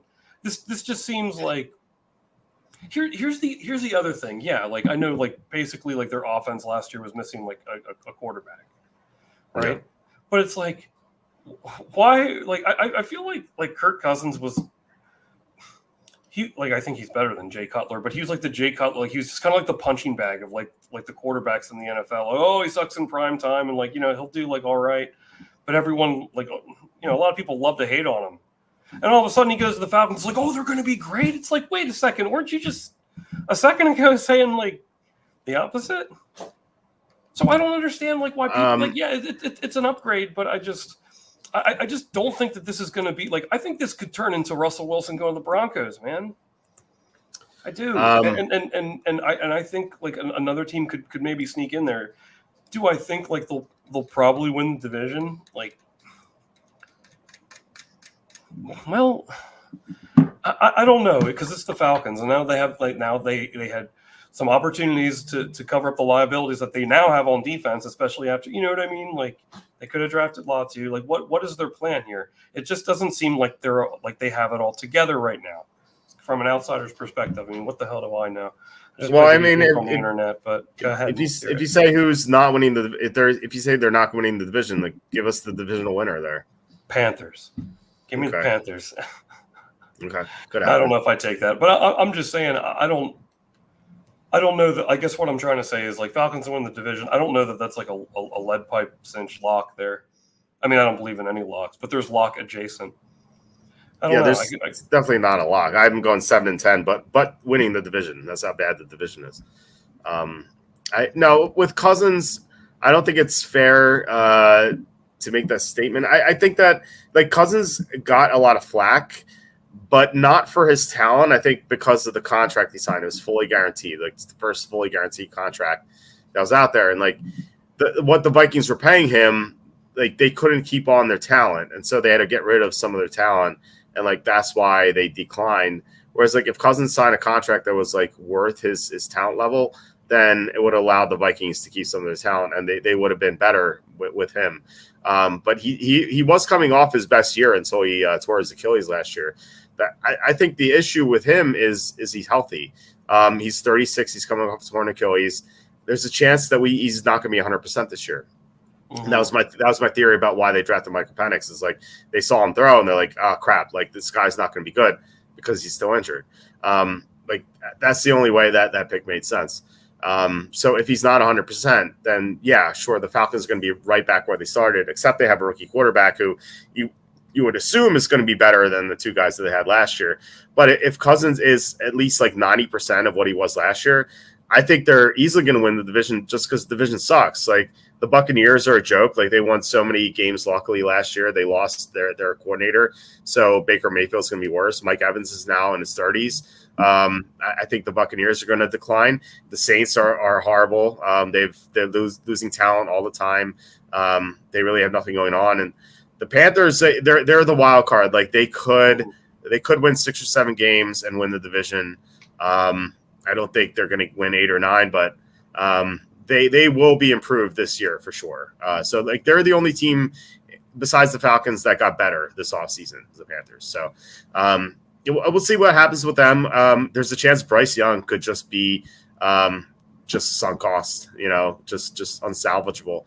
Despite how well Dave Canales is coached, like there's that definitely that chance of that. So I I just worry about that. But if Canales can get something out of Bryce Young, then the Panthers have a great chance to move up in the division for sure. But right now, I think you have to say the Falcons are definitely the favorites. But I would bet the Panthers to win the division. I think I went over this a week ago. I think their number to win the division is pretty good. I remember it having some pretty nice value as well. Well, I mean, like let's just say, like, I think you're right about. Sorry, I just want to interject with this real quick. They're 11-1. The Panthers are to win the division. Oh, are they really? I didn't know it was that good. I actually might take that just because. I mean, imagine like Bryce Young. I mean, it can't get much worse. Right. And I'm not trying to throw shade at him because I like him. I want him to do well. But it was incredibly. It seemed like every time I turned around, it was underwhelming to say the least. So, I just don't think it seems like it can only get better. And then what if he has remember Jared Goff was pretty terrible his first year. Right. There's plenty of great quarterbacks that weren't very good their first year. So, I mean, now they have a couple more pieces, and if it's only going to get better, I think there's I like 11-1, especially with so many, that division being that weak. I think there's good value there. Yeah, me too. Let's get some comments here. Sandra says, I doubt never take it off is what most of your readers were thinking when they saw the photo. Yes, absolutely. Chris says that was also the year Michigan opened the season losing to App State. The 2011 year. And Chris says, I'm sure Brent Musburger would have approved of the Tim Tebow girl. That was the App State year was 07-08. That was the 07-08 season, September 07. Oh, yeah. Is that it? Okay. Yeah. I remember that. Okay. Chris says, the blackout in the Super Bowl, I was thinking of the crazy one from 2003. Which, what was the 2003 one? That was the Janet Jackson mishap. Which I missed. I completely missed because I went to the remember Blue Spoon? Blue Spoon Deli. Oh, yeah. Deli. I was a freak of the Blue Spoon Jelly. Yeah, me too. I went there because I didn't eat dinner. I went during halftime. I'm like, at halftime, I hate halftime shows. I'll go during halftime because no one's going to be there. I was like, I'll go during halftime, get a sandwich and a slice of pizza. And so I get it. I get my food. I come back and everyone's talking about it. I'm like, oh crap, what did I miss? So I just didn't see. I just didn't see it happening, unfortunately. Never saw it to this day. By the way, never saw it. Oh really? Oh, you're missing out. I watch it at least once a week, huh? I'm just kidding. That'd be horrible. It's truth in every joke, Tom. That was good, touche. John says the most boring explanation was the game was specific of game plan to best match Philly's offensive personnel. Didn't work if that was the case. I don't know. I feel like that's that's kind of like an excuse that they put out there. I don't buy that at all. How do you just not dress him for the game? It's just ridiculous. Chris says I did buy into Seahawks conspiracy theories that they didn't want Marshawn to get MVP. Just so dumb though. Yeah, I mean, if you throw it once, you can buy into that conspiracy theory for sure. Yeah, I don't know if I believe it, but I could definitely see it happening. Chris says, I wonder if they were the same person. He's talking about Ross Avila and Jerry Jackson. I don't think so. I feel like they would have written similarly, and I just don't think they did. But I guess I could be wrong, but I don't think so. Anyone, Walter's special people. Yes. I would do a whole segment on them. I encounter lots of special people. I actually tweeted out at the quote unquote libertarian candidate in Florida tonight. I forget what he was saying. I called him an authoritarian communist masquerading as a libertarian. And he's like, nice grammar, bro. And I'm like, I was looking over my thing. I was like, what grammatical mistake did I make? I read through it 5 times. I was like, I didn't make a grammatical mistake. I replied, I'm like, the grammar is perfect. What are you talking about? And he's like, you didn't put a question at the end of your sentence. I'm like, are you kidding me? I didn't put a question mark. Am I in the sense like that's what you're getting me on? Like, way to not address my claim that you're a communist masquerading as a libertarian. Like, just focus. You're focusing on my lack of question mark. And then he goes, you're probably it's like yeah, if I didn't know any better, I'd say that English wasn't your first language. I'm like, English was not my first language, by the way. Then he goes. And then he goes, "Oh, that explains a lot." I'm like, "Yeah, because I didn't put a question mark in my sentence." I'm like, "Are you going to address my claims that you are a communist?" Yeah, this guy's unbelievable. Anyway, like this almost like, you can see the exchange on Twitter. It's so funny. I spent like 5 minutes reading that my tweet. I'm like, where's the grammatical error? I didn't see it. So I don't know. Like, it's crazy. Yeah. This was a good first segment of Walter's People. We should. Yes. I do encounter very strange people. Yeah, we should continue to do Walter's People segment. That was good. I didn't get to catch that one. I'll have to. Very special person there. Chris says, "Oh, that was another one." Yeah. And then he says the Bills' first Super Bowl loss still has to be the most heartbreaking. Little did they know it will be. Things get 4 times worse. That's true. And then no, I meant the northeast part of the country having blackout in 2003. Oh, I don't remember that. I was in Penn State at the time. I don't know if that counts, but I can't remember. Yeah. Wait, during the Super Bowl? Is that what you mean there, Chris? I don't know. Yeah, the Bills' first Super Bowl had to be that had to be bad. I mean, I can't imagine how much that would hurt, especially if with how dominant they were for all 4 of those years. God, I'm so well versed in those Buffalo Bills teams. Yeah, you know, I've watched that documentary 1,000 times, and it's man, that's got to be rough. I think who was the Giants quarterback? Was it Phil Simms or was it Jeff Hostetler? That they got a safety. The Bills got a safety. But how he held on to that ball, it could have been a touchdown. Yeah, I think it was Hostetler. I think Simms was hurt, right? Yeah, Simms got hurt, so they put in Hostetler. Hostetler was my first backup quarterback in fantasy ever. My first fantasy league, I think it was 94 or one of those years. I had John Elway as my starter, and then I had Jeff Hostetler as my backup. And this is back in 94. You had to call in, like our commissioner was like, "Yeah, give me a call on Sunday morning to submit your lineups." It's because this was before ESPN and everything like that. So and then no one would know who won until Monday at lunch when they'd bring in the daily news and they'd have to tally up all the numbers during lunch. And you didn't even know who you're playing against. It was a wild time. But I remember one time I called Joel, he was the commissioner of our league. He's like, "Yeah, I'm going to start Hostetler over Elway." He's like, "Really?" I'm like, "Yeah, Hostetler has been good recently." He's like, "Okay." It's such a stupid decision because Elway is so much better. Well, did it pan out for you though? No, Elway was much better. I was stupid. I thought you were gonna be like, "Oh yeah," and he crushed it one time, man. No, it was I was 12. Like, what do you want me to? Oh, okay. Yeah. So I have I don't play much fantasy leagues, but I have there was one move that I was especially proud of. One week, this was the 2013-2014 season. Remember Aaron Rodgers? He broke his collarbone in that game against the Bears. Yeah. And then remember the Packers re-signed one of my favorite players, Matt Flynn. And they brought Flynn in. Remember that game against the Cowboys? What were they? They were down 28. It was 31-3. They came back and won by 1, I think, in Dallas. I started Matt Flynn at quarterback on my fantasy team for that game. He crushed it. I mean, nice. It was that was such a smart play because I always have I always thought Matt Flynn was awesome. I was a big fan. Remember he had the remember that Sunday night game against the Patriots the year that they won the Super Bowl? Yeah, that crazy return that they had. The linemen.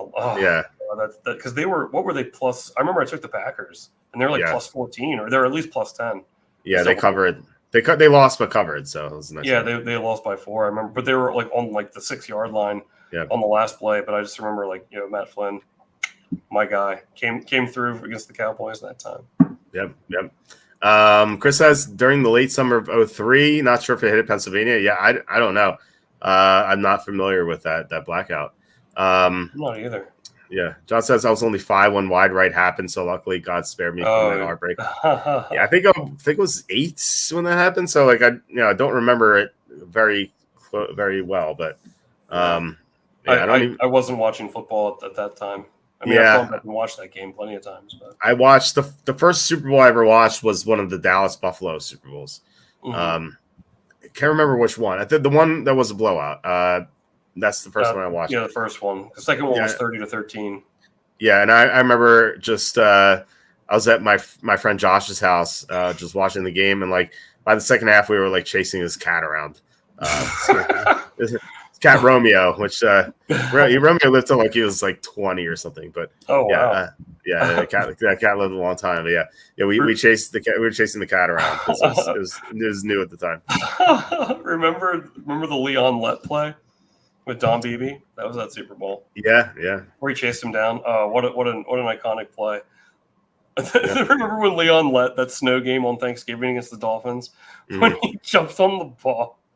I love the whoever the commentator was. He goes, "Oh no, it's Leon Lett." The way he says, he's like, "Oh, it's Leon Lett."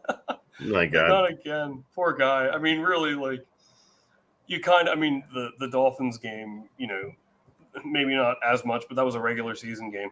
But that Super Bowl, they won by like 40, or like 35. That sucks, but I mean, he still got the ring. It didn't matter in the end. Yeah, but it mattered for Don. I love Don Beebe, who knocked it out, and then he did get a Super Bowl ring on the Packers when they won in '97. So yeah. John says music a miracle in 30 seconds. 13 seconds, however, darn it, God, yeah. That's the 13 seconds one was crushing. I had the Bills in that game, and that was a sad betting experience. Sam saying, "Hey Walter, how can you consider the Panthers a better team than the Giants when they have less talent on their roster compared to the Giants?" Well, I don't know about less talent. I think the Panthers have better talent overall. Like, if you go position by position, except for edge, except for defensive line, definitely the Giants have the edge there. I think you have to give it to the Panthers. Like, they're the quarterback. Who knows? Daniel Jones coming off a torn ACL. Bryce Young, horrible rookie year. Just that's a wash, I think. Running back, I think Jonathan Brooks is more talented than Devin Singletary, although Singletary's not bad. I think that's pretty close too at the moment. Brooks has more upside for sure. Receiver, now you give it some league neighbors, but the rest of the receiving core, whereas like Darren Waller retired, the Panthers are deep at receiver suddenly. They have Deontay Johnson, Adam Thielen had a good season last year. They have Xavier Legette and Jonathan Mingo, like 4 receivers who could be good this year. Not to say maybe Mingo is going to be bad, like who knows, but yeah, the other 3 I feel like should be good this year. Offensive line, Andrew Thomas is the best lineman of the 10, but if you look at like the rest of the offensive linemen, I think the 2nd, 3rd, 4th, and 5th best offensive linemen like combined are all in the Panthers. You have Taylor Moton, you have Ike Ekwonu, the 2 Panthers, they're really good. Not as good as Thomas, but still really good. And then the guards that they signed, Damian Lewis, Robert Hunt, 2 guards who are better than anything the Giants have in the interior. Illuminor is okay, but I'll take those guys over Illuminor. I said defensive line goes to the Giants. The Panthers have the better secondary for sure, and they have I think they have the better linebacking. Linebacking core is kind of close. So I think the Panthers are. I think they're a little bit better than the Giants, like nothing substantial. However, you have to consider the division they're in. Like, if the Giants were in the NFC South and the Panthers were in the NFC East, I'd say the Giants might have a chance to win the NFC South because that's how bad the division is. But the Panthers are the team in the NFC South, and that's why they have a chance to win the division. Like that's why we're talking about the Panthers winning the division, not because they're a great team or even a good team, but because the other teams in the division, we know the Bucs suck, we know the Saints suck. The Falcons are a huge question mark. They could be good, they could be bad. We don't know. And the Panthers, they're just a question mark as well, because we don't know how much Canales is going to coach up that team and how much of a leap Bryce Young is going to make from year 1 to year 2.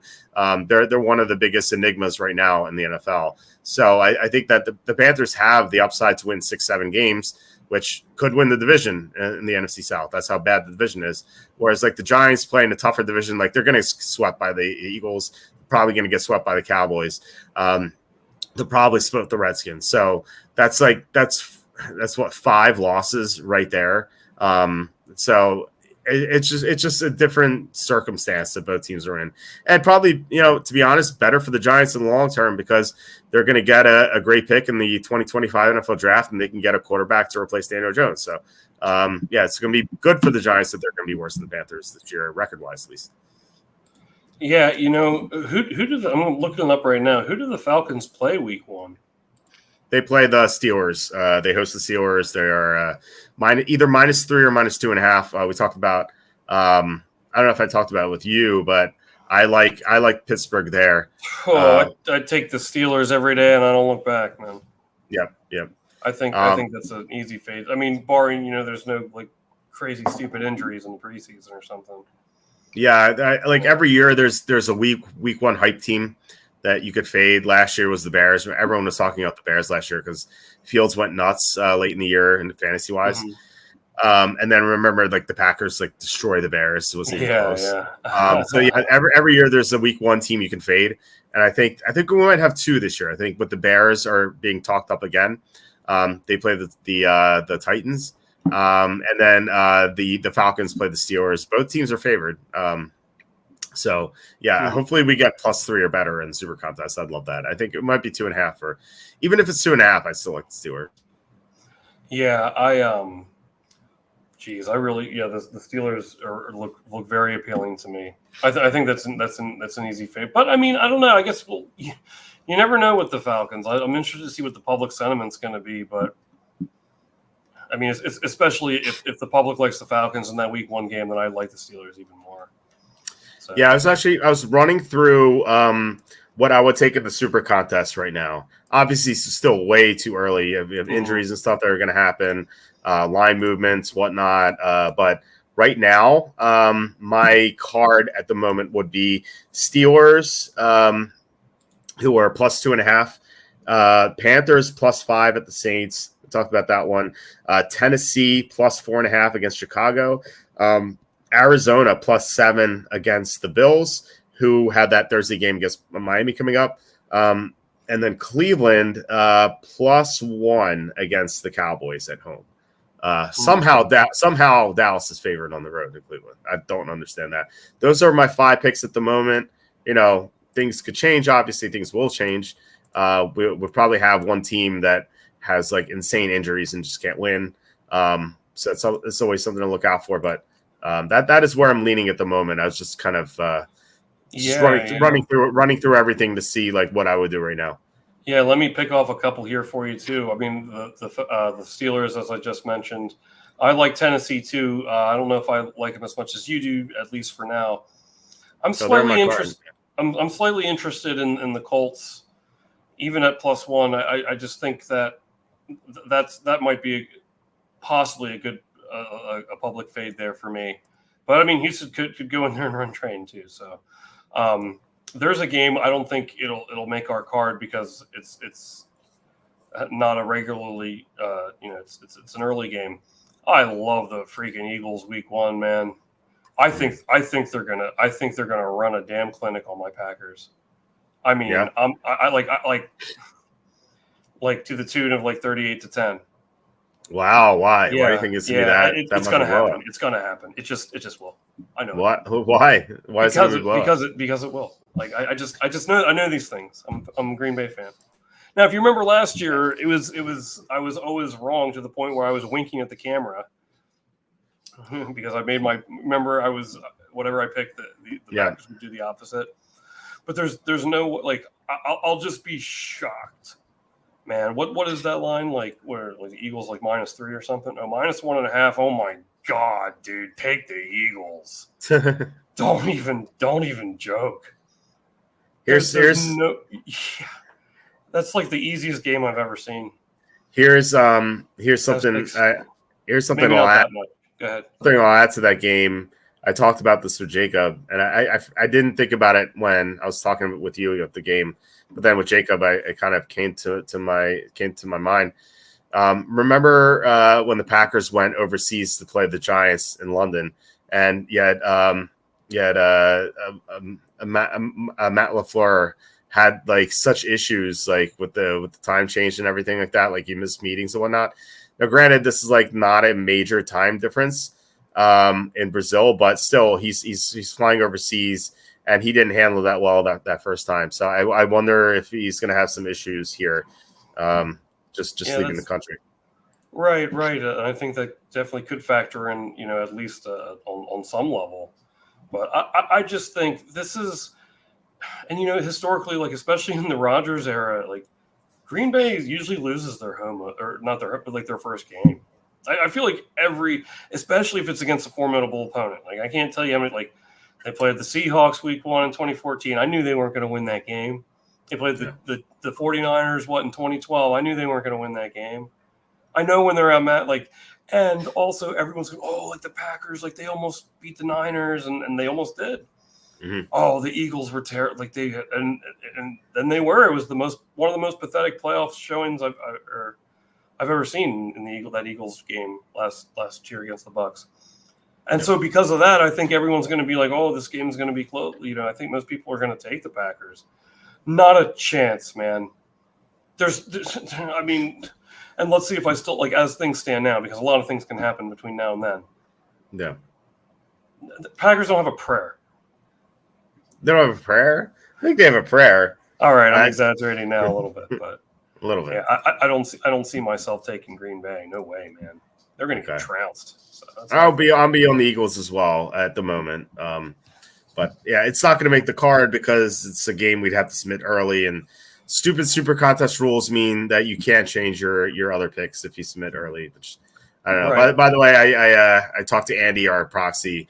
He's good for me on July 19th, so I'll be flying out then. To submit our super contest entry and hopefully win this year.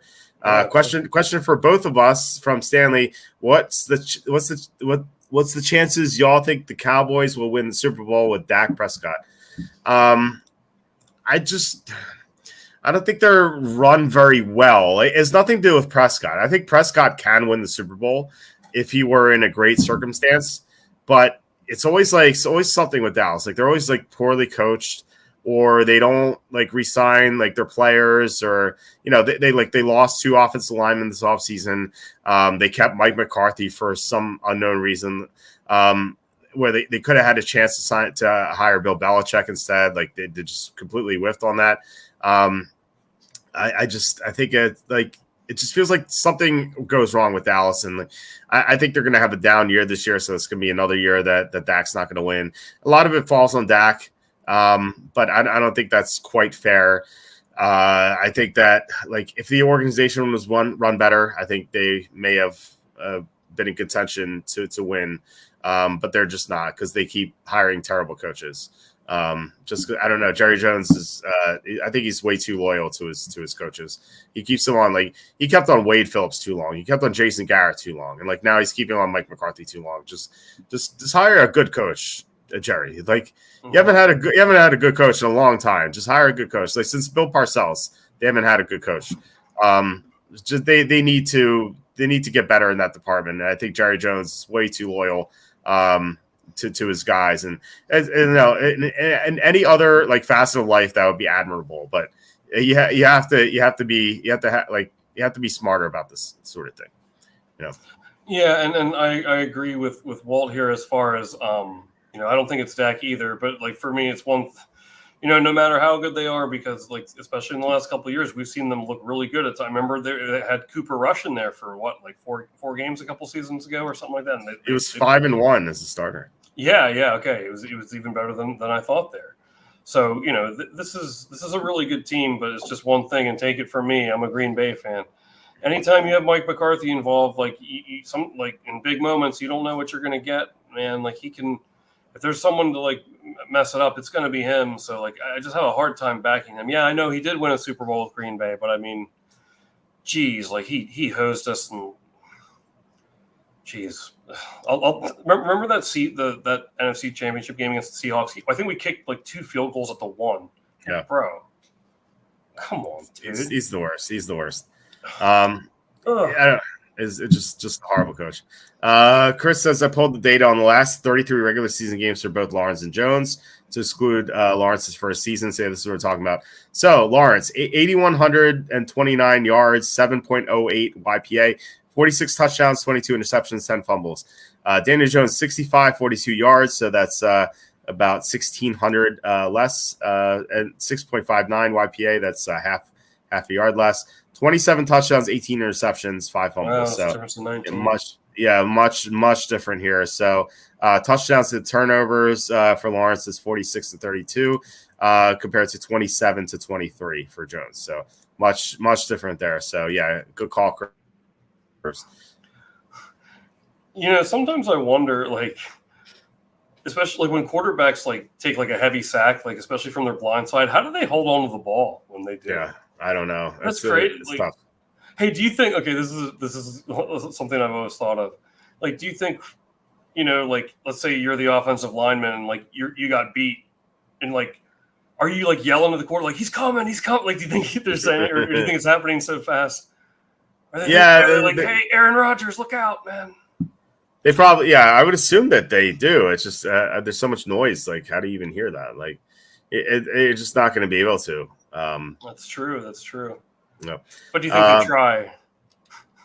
They try. I imagine sometimes it happens. I don't know. It'd be interesting to hear that answer, but I would assume some at least do it. You know, I don't know. I propose that, you know, and if there's NFL mic'd up, I propose that we mic up the linemen.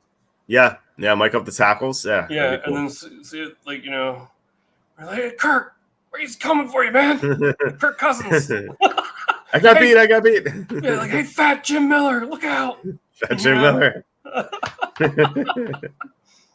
I mean, I feel like they'd have to hear him event at some point, maybe. I don't know. Oh, COVID year, they could hear him. Oh, I bet they did during COVID year. I submit at least during that time. Do you remember this is the dumbest thing ever? I was reminded of this. I'm like, man, I can't believe they did this. Remember the cardboard cutouts of fans they put in the stands? It's like, come on, man. That is like, yeah, you had empty stadiums, sure, but like, why they put cardboard cutouts of fans in the stands? It's so stupid. Well, I do actually have a response when I'm done laughing. But it's like, could you imagine being like a pro baseball player? Like, oh, like, thank God, like, you know, I'm still making my contract, you know, at least. No. But it's like, what did I walked into this freaking fun house here? It's like, I know this field. But I think what they were doing is, I mean, it's just a way for them, especially in a year where they're hurting for revenue, like that year. People were paying money. It's like, oh, like paying them money to put themselves in the stands. Yeah. Like so they're like, oh, like, look there, right? Like, there's me. Like, you know, people, especially at that time, like, people were doing, like, desperate for, like, any, like, semblance of fun, you know? So, I mean, people, you know, maybe not you or I, but, like, or you or me. What's the correct grammar on that one? Yeah, I would say, yeah, you or me. Maybe not me, because I would just say me. Yeah. Yeah. I was wondered, like, what if one of the cardboard what if like you pay for a cardboard cutout of yourself, and you have like a Bartman situation where like there's like a home run, but like the wind knocks over the cardboard cutout and it blocks the ball from going to the stands, and so it's not a home run. Like, is that person vilified for paying for the cardboard cutout in the spot? Wow, that would be so, like, a lot of things have to happen, and you know, at the same, like the weather has to be involved, because, you know, or I mean, there could be like shoddy placement. Maybe the employees could be lazy, and there's shoddy placement of the cardboard cutouts but that's probably not going to happen. But yeah, probably not. But I was always wondering about that. Like, I thought that would be funny. Well, do you remember in the NBA where they had like the virtual, like, people like?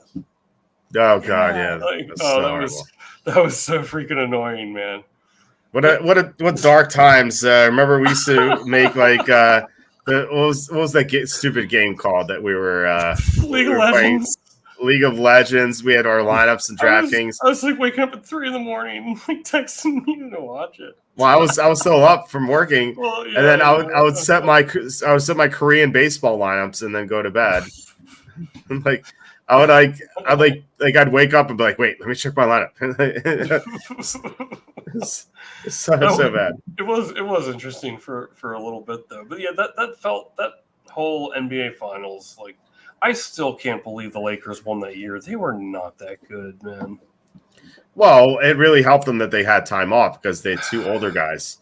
You know, like I felt like if they kept playing the whole season, like the Lakers would not have won that year because, you know, you have Davis and LeBron both wearing down. Like they're like LeBron, an older player, and then Davis is always brittle. Like they would not have lasted the entire season, but they had the luxury of like time off. Like they benefited more than anyone with that time off. So, not a surprise that they won in the bubble. But I was, man. I'll tell you what, we've had a lot of teams recently win and all that I thought were pretty weak. I mean, obviously they're good if they won it all. I'm not suggesting that, but like I guess I was just surprised. Like when the Warriors won a couple years ago against the Celtics. Mm-hmm. I didn't think they were that great. I mean, they were really good, but I really thought the Celtics were gonna win that series. I was surprised the Chiefs won the Super Bowl this past year. Yeah, time off and no travel in the bubble. Yeah, Michigan winning the national championship. I feel like they were like one of the weakest national championship winners I've seen in some time. Okay. Yeah. So we had one more thing. I wanted to touch on GameStop real quick, and then we could go to Game of Thrones. Okay, yeah. So Chris says zip it. About Michigan. LeBron has 2 sham titles, says Cassandra. Yeah. He should have. I agree. With GameStop, I don't know if you saw the news today. Where is they're having tech issues at their meeting? They're having tech issues at their meeting. Yeah, well, that was one thing. There were so many people trying to access the meeting that they couldn't run the meeting today. They're trying and I was using John Sanders' strategy of selling the news. I actually bought puts ahead of right when the meeting started, and I thought the stock would go down, and so I'd make a couple bucks on selling the news on the meeting on my puts. And actually, because the meeting started, the price never went down. Actually, it went down a little bit. I actually made a couple of bucks. It was like a $9 profit that I made with these puts. But still, I thought it was interesting that there was so much interest in GameStop, their annual meeting, that they couldn't run it, which is really remarkable because Ryan Cohen, the CEO of GameStop, he's notorious for not giving any guidance. He actually does not believe in guidance. He issued a letter to the Bed Bath & Beyond board when he was a 10% stakeholder in the company, and he said, one of the things he said was, under my plan to revamp the company, we will never issue any guidance because I believe in action rather than words. And I think just catering to Wall Street and they're expected to always issue guidance. He's like, I think this is a big mistake where, you shouldn't spend time talking about what you're going to do. You should actually do it. And so GameStop has never issued any guidance under Ryan Cohen, and everyone's always come away disappointed with his meetings. They're like, I can't believe they didn't talk about what they're going to do. That's Ryan Cohen's MO. That's what he believes. Yeah. He believes that you should not ever tell Wall Street what you're going to do. You should just do it. I was so surprised that there's so much interest in this meeting because I thought it was going to be like a quick 10 minute thing where Ryan Cohen's be like, thank you guys for investing. I truly believe in this company. All right, thanks. See you later. As I thought the meeting was going to be. Because people are like, oh, what's he going to spend this $4 billion that he has on? He's not going to tell us in this meeting. He's just going to do it. Yeah, exactly. The meeting's tomorrow, 4:00 or later today, 4:00 p.m. I'm expecting absolutely nothing from it. I would urge people not to have the hype with the GameStop meeting. But I still, Yeah, I still think that there is much to be excited about. The news I was referencing was Roaring Kitty. I don't know if you saw that he sold all of his. He had 120,000 calls, I believe. 120,000 calls, so equal to 12 million shares. He sold all of his calls, but he actually bought 4 million more shares. So he used the profits that he made from the 12 million, the 120,000 calls. To buy 4 million more shares. So he now owns he owns 9,001,000 shares. I don't know why this 1,000, but yeah, he owns 9 million plus shares of this company. So that is good news. I think it's not great news for a squeeze because usually a lot of options action is what generates a squeeze, like a gamma squeeze. But I think that I think it's better for the long term. Like I expect GameStop to not squeeze anymore. I was convinced like last week, we're gonna soar to 100 maybe just because of all these the gamma stuff from all these options. I'm not expecting that at the moment, but I do think we'll have a steady climb to like 35, 40 in the short term, and I think eventually we'll approach $100 a share. Just as long as they are smart with this new money that they have. They have $45 billion in cash. There's no debt. And I was thinking like what they really should do right now, like this is not an investment. I think they should move all their money to Bitcoin. Not as an investment, but just to get out of the U.S. dollar because U.S. dollar is too inflationary. The Federal Reserve keeps printing money out of thin air. They print $500 million a day. Because Bitcoin there will always be 21 million Bitcoin, never more, never less. We know that, and it's as long as they keep diluting the dollar, Bitcoin's going to be worth more and more, and it's a national currency in El Salvador now. So, if I were GameStop, if I were Ryan Cohen, I'd be like, yeah, I'm not gonna say what we're gonna do because I'm Ryan Cohen, but I'd say like, yeah, we're gonna move our money from U.S. dollars to Bitcoin because U.S. dollars is getting more worthless by the day. So, that's the first move I would make, but I don't know if Ryan Cohen would do that. But any thoughts on GameStop here as I look at the options chain? Well, I'll tell you what, because as I told you, so I was in last week, and then I made a nice profit. I sold out, and then I got back in when it dropped back down, and now I'm close to. I am profitable now on my current holding. So I bought back. I'm kind of going back and forth at the right time, but I'm thinking tomorrow. You know what seems to happen, and I'm just noting this from the eye test. Mm-hmm. Well, we were talking about this last week, and I actually predicted it correctly. I said that I thought right out of the gate it was going to rip on Friday before that the Roaring Kitty stream, and then I said I know it's going to go down. It's going to rip right out of the gate, and I'm going to have most of my positions sold by 10 a.m. And that's exactly what I did. Mm-hmm. So then I got back in as it went lower after the stream and everything. But here's what I think is going to happen tomorrow. I think leading up to this meeting, and maybe because it's going to be what after hours, right? It's 4:00. 4:00. Yep. Okay, I think at the beginning of this meeting, I think it's going to rip GameStop and AMC, like I feel like they did this all the time. It's like it loves to fake you out, it loves to trick you, and it seems like it always tries to trick you. And I know it's I'm just saying it that way to simplify it. It's like it looks like it's going to run, and then it's like boom, down like 10%. Yeah, that's what I think is going to happen. So I might be interested tomorrow in once that and then if it doesn't happen, if it starts like dropping right out, well then I guess I have no choice but to just to hold on. Or I guess I could sell, but I'm not going to do that if it goes down. But that's what I think is going to happen. If it starts ripping at the beginning of that meeting, I think I might unload and hope for the same thing to happen again. Okay, I'm not able to sell or to trade in after hours. Okay. I'm just looking at what I'm going to do with covered calls here. I usually sell $100 covered calls. They're $75. For June 21st. I might do the $80 for and the 90 strike price. Like I said, I think the squeeze is less likely, so I think 90 might be safer. Plus, if it's 90, I'm not going to be complaining. But yeah, I might sell these cover calls for $80 a piece. We'll see what happens tomorrow. If the stock price goes up, obviously these will be more valuable.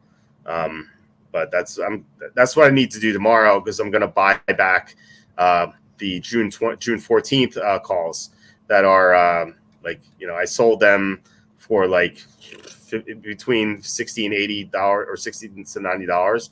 They're now worth $6 here. So I'll be able to buy them back for $1 or $2 each tomorrow. So that's the beauty of these covered calls. That you get free money. You just have to buy them back for $1 or $2 sometimes, and then you just get $80 per every 100 shares you have here. Or you can go to 90. You can be more daring and do an $80 strike for $90. But yeah, the tricky part is like figuring out which strike price you want to do. But yeah, that's the only decision making you have to have. It's as I said this past Saturday, this is free money that people aren't taking advantage of. If you have 100 shares of a company and they have an options chain, you can sell cover calls and just get free money, and there's no catch attached to it. The only catch is the stock price may go down, which you were already risking in the first place. So yeah, highly recommend this. Yeah, I will add on to what I was saying before too, that I just think by the end of after hours, I think it's going to be a negative day tomorrow. Okay. By the end of after hours, that's going to be my prediction. But I think there might be a chance, and who am I, right? I'm just saying it. I called something similar happening last week, and I was correct. And I feel like this always happens. Like it's like the great fake out of this stock. It'll start like it sometimes it'll rip strong too. Like right at the beginning of a meeting or right at the beginning of open, and like within a half hour, it just the bottom drops out just as fast, and then it'll climb back up, eventually. But so I'm just saying, like, if that happens, I might, because I don't think it's going to run on anything can happen. I just don't think it's going to run like on a Friday after hours. Due to like, what are the chances it's going to happen? You say the meetings are just like. He doesn't give a lot of information. Just can't imagine like he's going to say anything that's really going to, maybe it'll go up, but it's not going to like go to 100, after hours on a Friday because of something he's going to say. I find that to be unlikely. But again, what do I know? So. No, I think Friday during regular trading hours, I think it'll go up, and then after hours it'll crash down because people will be disappointed. They're like, I can't believe Ryan Coe didn't say anything, where like he has never said anything at any meeting ever. So I don't know what you people were expecting. So and I wonder too, like, and this is my very little knowledge, like it's almost set up that way. Like people who are like maybe half paying attention to it's like, oh, like maybe it's set up to kind of rip after. It's like, why is that like ripping right now? Oh, well, they're having a meeting. Oh, I didn't know they're having. That must be like bye. It's like, oh wait. You might not be like in the know about that. It's like real, you know what I mean? Like, I'm not saying that's the whole thing, but it might be a factor. Like, it factors in somehow. I would say. So yeah, that's what I think is going to happen. And I guess we'll see how it goes. Hopefully I can do that. I've had some good luck on these with AMC too. The day they took the buy button away, we were talking about that last show. Or I've had to, sometimes it's better to be lucky than good. Where I've really done well, like I happen to get in at the bottom, and then get out relatively close to the top in a couple instances for both of these. So I don't know. I feel like for the most part, I've had a good feel for these. So we'll see what happens.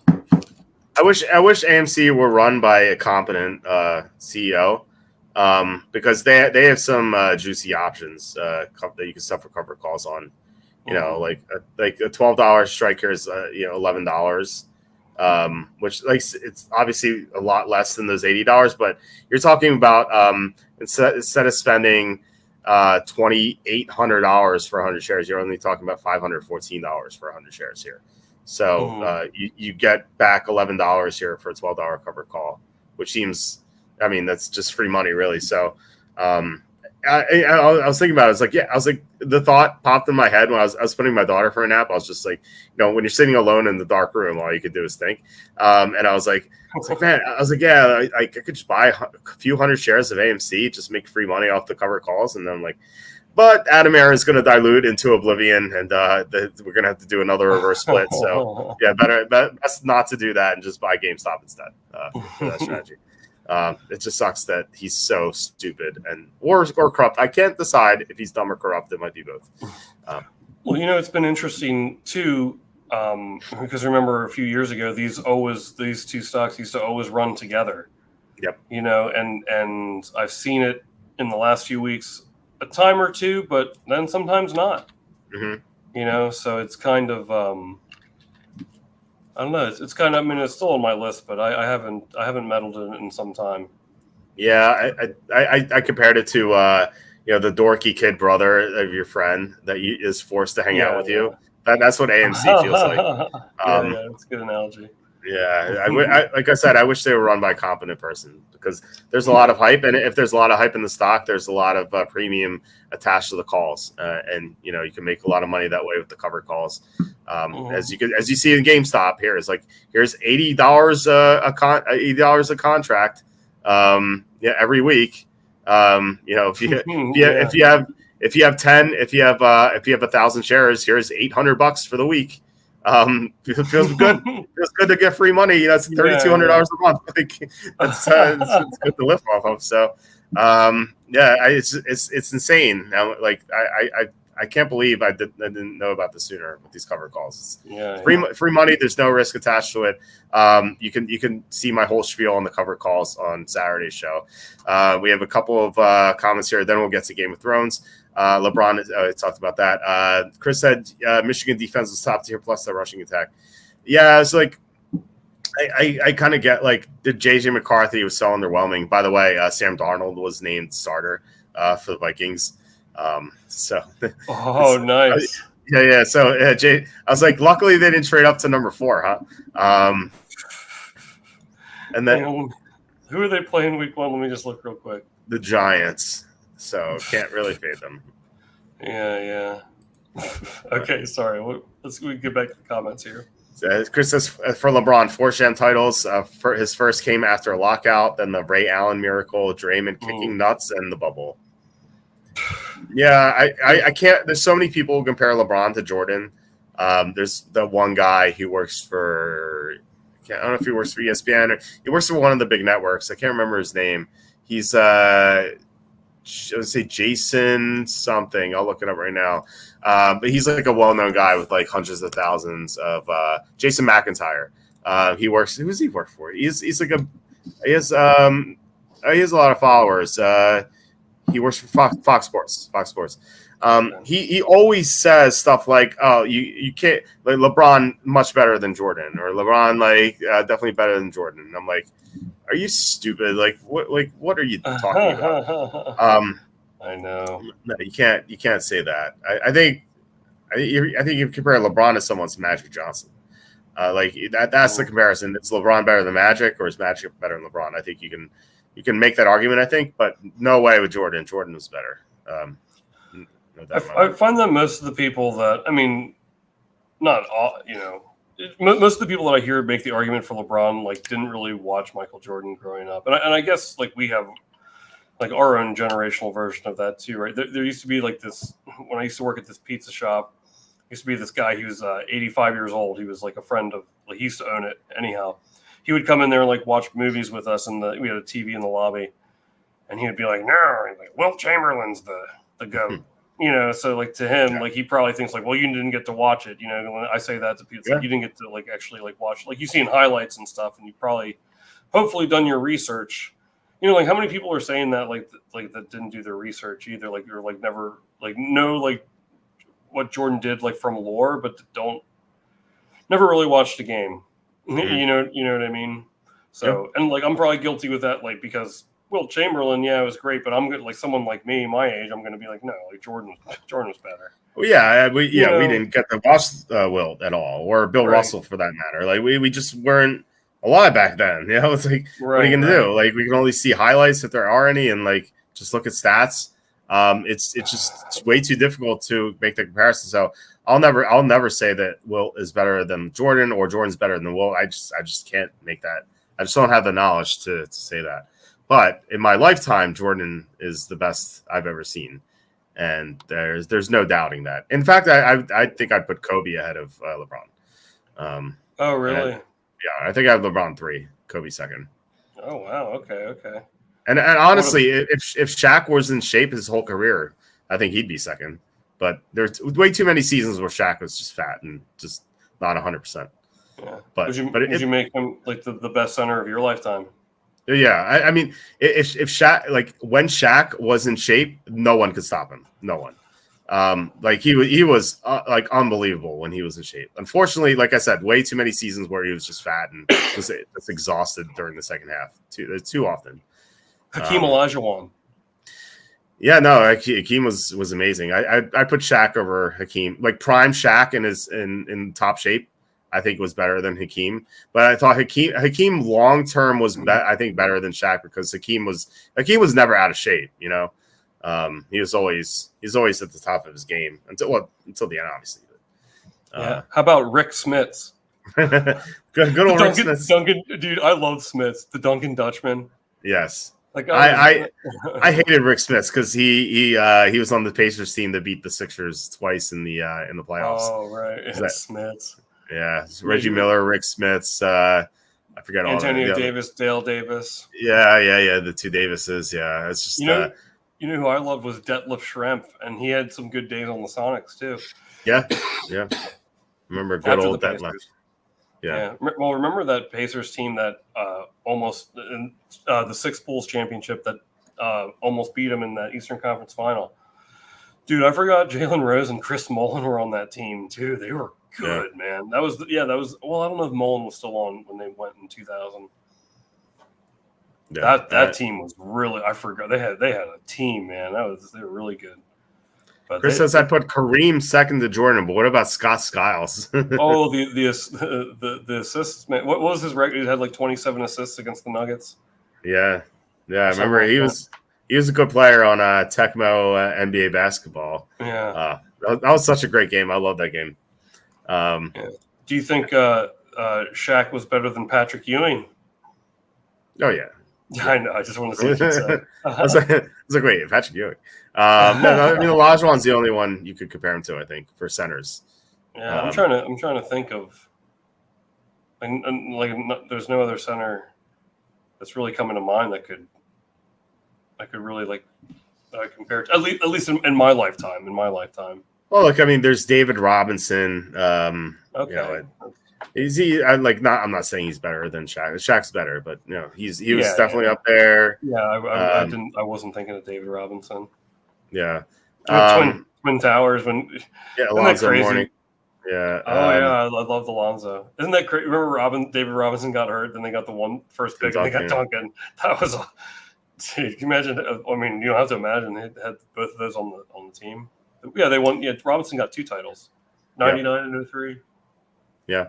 Yeah. Now these days you have Nikola Jokic, who you could say is the best player in the NBA right now. Joel Embiid. If Embiid could stay healthy, he's not better than Shaq, but like he's definitely in the conversation among the top centers we've seen in our lifetime. If he could stay healthy, fortunately he's always hurt. So what about Bimbo Coles? Bimbo Coles. Hey, who do you think was better, Shaq or George Mirasan? Remember Mirasan? 7-7 George Mirasan. Yeah, dude. Remember we played on those Washington Bullets teams? I'll tell you what, they had some good. That team, I mean, they never. I don't know if they might have made the playoffs once, but they were never like a real contender. But they had Juwan Howard, they had Rasheed Wallace, George Mirasan. They had Chris. Did I already say Chris Webber? Yeah, they had Chris Webber. Tom Gugliotta. They had Mark.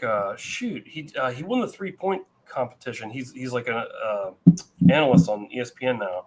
I can't think Tim Legler. Tim Legler, that's right. I can't believe I forgot that name. Yeah. Calbert Chaney coming out. They had some decent people, but yeah, George Mirasan.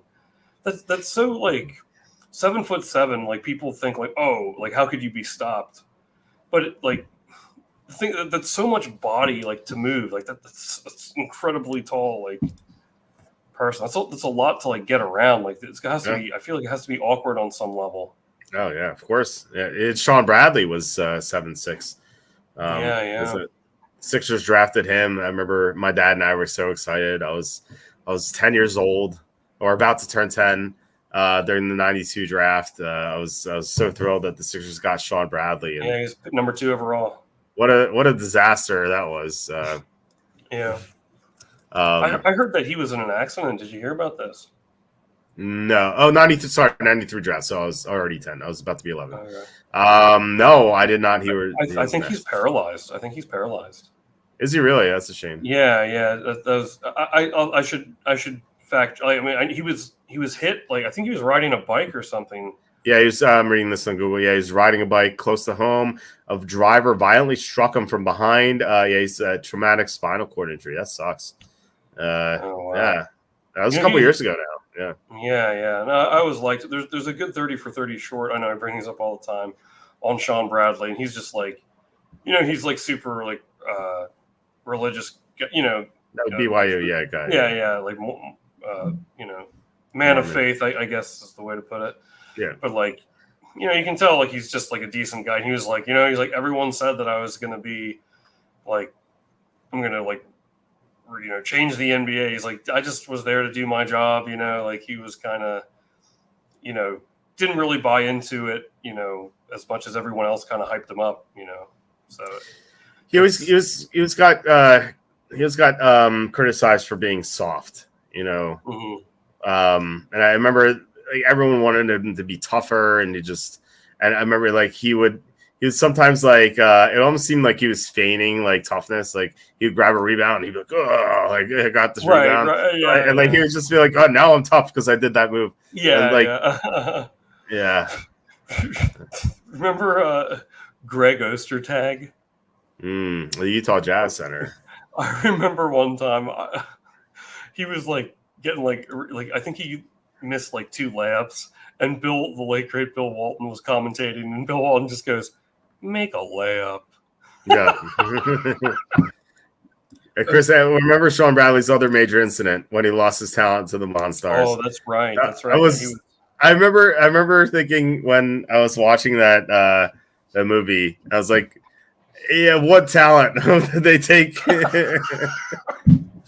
They picked like the most like randoms like Barkley. Like Charles Barkley was obviously an incredible player. Oh yeah. Who are the guys who they took? They took Barkley. They took Ewing. Larry Johnson. Yeah, it's Patrick Ewing, right? Yep. Larry Johnson, Muggsy Bogues, and Sean Bradley. Sean Bradley, yeah. That's not like the dreamiest of teams. Like, well, I mean, Barkley Ewing's great, and Larry Johnson had a lot of talent. It just never lived up to it. Larry Johnson was good too, but Muggsy Bogues, like, I mean, he had his moments, like, and he was more of a distributor, but I think what was cool, like, and I really like Muggsy Bogues, but he's the shortest player to ever play in the NBA, and like he was a fan favorite, myself included. I love Muggsy Bogues, I still do. Yeah. So, but yeah, like the shortest guy and the tallest guy. Well, I think with Muggsy had talent. He was just 5'3". That's the problem. Right. If Muggsy were 6'3", like he would have been a much better player, like in the NBA. It's just he was just so limited with what he could do at 5'3". But I think like taking his talent is definitely fair, because he's the greatest 5'3" basketball player ever to play ever. So like they were the greatest, probably like under 5'8". Like what was Iverson, like 5'10"? Really? I mean, they sometimes said he was 6 foot, which is BS. He was like 5'10". Really? No, he was 6'1". No, Iverson was like 5'10". Oh, yeah. He was never that. I wonder how much they credit him for. I mean, in shoes, I think that's what he was in shoes. He was. Yeah, they always said he was 6'0". No, 6'0" does not exist. You're either like 5'11" or 6'1". Like if you're 5'11", you say you're 6'0". If you're 6'1", you say you're 6'1". If you're 6'0", you probably say you're 6'1". But like no one's really 6'0". I think he was 5'10", or he's probably like 5'10 and a half or 5'11". No one's really 6'0". No, because if you're 5'11", you just say you're 6'0". Right? Yeah, like you're 6'0". Who's 6'0" on the dot? Like no one's 6'0" on the dot. I guess that's true. I didn't realize he was like. I thought he was. I never thought to call it into question. Yeah, no, he was not 6'0". Wow. But no, say Iverson is 5'10". So you could say Bogues was the best player ever to play under 5'10". And so I think that taking his talent made a lot of sense, you know. Yeah. But Sean Bradley, he is only a top pick because of his height. And so I guess like if you take his height, you can do that. But you already had Ewing, you already had your center. You need the extra height. Yeah. Do you think do you think there were players that like put in for it and they're like, sorry, bro? I wonder. Probably not. I don't think that. I mean, obviously they had to cast these guys for the movies. Like, I'm sure they had other preferences that were just turned down or something. You know, like what if they wanted Hakeem Olajuwon, you know, for example, and like he's like, I don't want to do it. I don't want to be in the movies. And so like all right, we need another center. Who do we take? You know, it's probably I think that's probably how it went down because I imagine like Barkley was the top choice. Ewing playing in New York was the top choice. Right, Muggsy being the shortest guy, I think that he was probably top choice. Larry Johnson may have been like a second or third choice. I feel like Sean Bradley was like someone's eighth choice. Like, oh man, all these centers turn us down, and we already got Ewing. We need one more center for some reason. Yeah. Well, it's probably too because kids were like fascinated by like, whoa, he's the tallest player, and like, whoa, he's the shortest player. Like, you know what I mean? Yeah. Like, there's probably some allure like that like fed into the decision, like into that decision making. But yeah, you know what part of Space Jam I do love is at the very end when they're first off, which this would never happen. They wouldn't delay the game because a player isn't there. Oh yeah, they're like, we want Michael. He wasn't there. It's like they play on. They figure it out later. It's not right. They stopped the minor league baseball game. Yeah. He's not there. I love when the spaceship lands on the field and Stan Podolak comes out. You know, Wayne Knight. And he goes, "Ladies and gentlemen, Michael Jordan." I just love the way he says that, man. Yeah, it's just so cool. Like, and then he walks out. subpar minor league baseball player. I remember too that like I think it's funny like in the movie right before he comes out of the spaceship or right before the spaceship lands, his kids and like his wife are in the stands. His wife doesn't know where he is. She's like, I don't know where your dad. And one kid's like, he's probably at his other game, and his other like brother's like, shh. And the mom's like, stop playing. Like, what other game? It's like, you mean to tell me you don't know? Like how long has Michael Jordan been gone for? I know. Because it feels like at least a day. It wasn't like a matter of hours. It definitely felt like it. Like, you think they brought them down? They practiced in that gym for like 2.5 hours, and then they went like right to the game. I don't think so. I'm under the impression that took at least 24 hours. Yeah. Maybe more. They really gloss over that. I mean, the team never freaking practices together. It's just like a slow motion, like Michael Jordan highlight reel to Fly Like an Eagle cover by Seal. Matters of great concern, you know. That was what year is that? 96, so I would have been 14. And you know, when I'm watching this as a 14-year-old in the movie theater, or maybe 15, whenever I saw it, I was like not thinking of these things, but I remember seeing it on TV like a few years ago. You know, where like my wife and I were watching TV, like she fell asleep and Space Jam came on, so I was just watching it, and like I noticed those flaws too. I'm like, this is kind of silly. Like, sure. I mean, the whole premise is silly, obviously, but yeah, I feel like when you have a movie about cartoons living like having like this whole world and like a monster is taking talents of NBA players, you know, that is ridiculous in itself. So I think you have to kind of deal with the other ridiculousness that comes with it too. Like, you know, you can't like cherry pick, be like, okay, this is stupid. They would never wait for Jordan. But with the Looney Tunes playing with Michael Jordan, that's legit, you know? Yeah, your suspension of disbelief has to be like extended to some point, you know. Oh Yeah. man! All right, what do we got here? I guess we should move on. I have to be up for work, so Okay. Real quick, finish these comments and then unfortunately, yeah. yeah. Go ahead. Yeah, I can't believe one of the Monstars made it to the NBA. So I'm asking Walter, do you think the Sixers were better under Charles Barkley when he played for them or under Allen Iverson? Well, I mean, the Sixers went to the championship with Iverson that year. If Theo Ratliff didn't get hurt, I think they would have been way more competitive against the Lakers. Not saying they would have won, but I think they would have won more than one game. I love Theo Ratliff too. He was like so good of a defensive player. I think they really miss his defensive talents against the Lakers. As soon as he got hurt, I'm like, man, that sucks because the team was so good. I would say under Iverson they were better. Short term, overall though, Barkley, given so many years, the Sixers only went to the playoffs, only went to the championship once under Iverson. Okay, look up Sam Cassell. Sam Cassell. He got 2 rings, 95 with the Rockets and 2008 with the Celtics. I like Sam Cassell.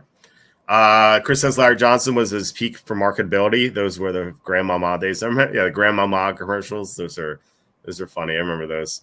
I don't think I remember that. Wait, Larry Johnson commercial? Yeah, Grandmama. Larry Johnson. Maybe I'll remember it when I see it. Yeah, let's pull it up real quick. If I can type Grandmama. It was Here we go. I do sort of remember this now. It was weird, but he was definitely remarkable. I remember that. Remember NBA Inside Stuff with Ahmad Rashad? I love that. It was like an NBA show for kids. I would watch that. Like, I love that show. Well, they're bringing back the NBA on NBC music, so. Yeah, they're playing that for college games, and I was pissed.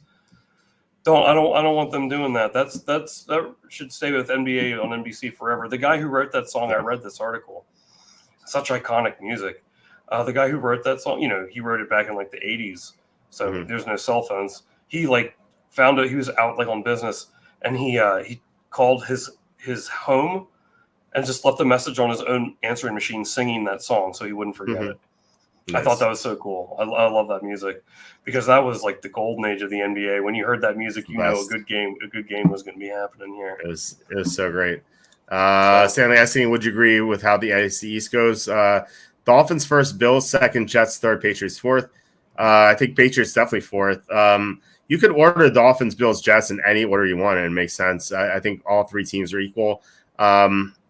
I think you could flip Jets Dolphins, and it makes sense if you go Jets Bills Dolphins or Bills Dolphins Jets or Bills Jets Dolphins, etc. They're very close, so you could be right about that 1 through 4. All right, let's get to Game of Thrones. Real quick before we do, I wanted to show my preview of the greed flag that I did with ChatGPT. So my greed flag was it's going to be March. Why March? Because it's going to be featuring Nancy Pelosi because she makes $200 million on stocks, on NVIDIA stocks. So and she's famous for having that huge carton of ice cream in her freezer when everyone was starving during COVID.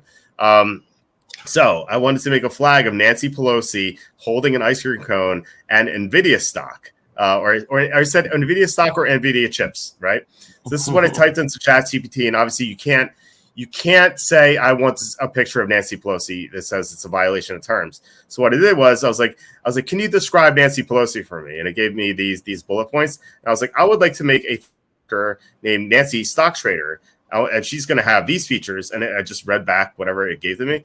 And so I was like, yeah, I want Nancy Stock Trader holding an ice cream cone and NVIDIA chips, with a background of a flag.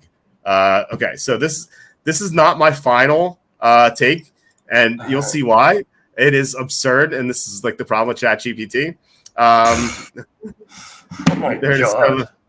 Let's remove us for a second. So this is I love how, first of all, she's holding an NVIDIA coffee cup for some reason. Why NVIDIA has soda or coffee cup? That is so bizarre. And NVIDIA chips, it mistook chips as for potato chips. and has chips and ice cream flavor. What's that by Lay's? This is like the fourth draft. Eventually, it gave me something that made sense, and so it's gonna be something similar. But yeah, this is what I came. This is what ChatGPT gave me. What did they give her a face that looks like the freaking Joker? This is kind of what she looks like. I just said it said indented cheekbones that make her dentures protrude, which is like what she looks like. Looks like it does look like Nancy Reagan. You're right. It's a good call. Now, would you buy chips and ice cream flavored Lay's potato chips? I don't know. I might try it. Sometimes, how people like to dip their French fries in Frosties at Wendy's. Maybe it's a situation like that. I mean, I guess I give it one try. Yeah, that actually does look nice again. Yeah. Yeah, I mean, out of all the flavors there could be worse. Like, do you ever hear that that jelly, the Jelly Belly jelly beans? It's called Bean Boozled. It's this game, like you have to pick like random jelly beans, and some of them are normal flavors, and others are like the most disgusting. Like, like vomit or like used dishwater or something. It's like who would want to subject themselves to that? Yeah, you know what? Do it. A lot of people it's gross, man. My sister-in-law brought some for her kids and everyone else. This is before my kids were born. And she's like, here, try some. I'm like, no, no, thanks. I don't want this. And like her kids are like, I want to try it, and then they're like, ew, and like, come on, like, why are you eating this crap? Like, I don't want to eat that. And some of them are like, some of the flavors are absolutely vile. Yeah, it's like the tamest ones are like toothpaste.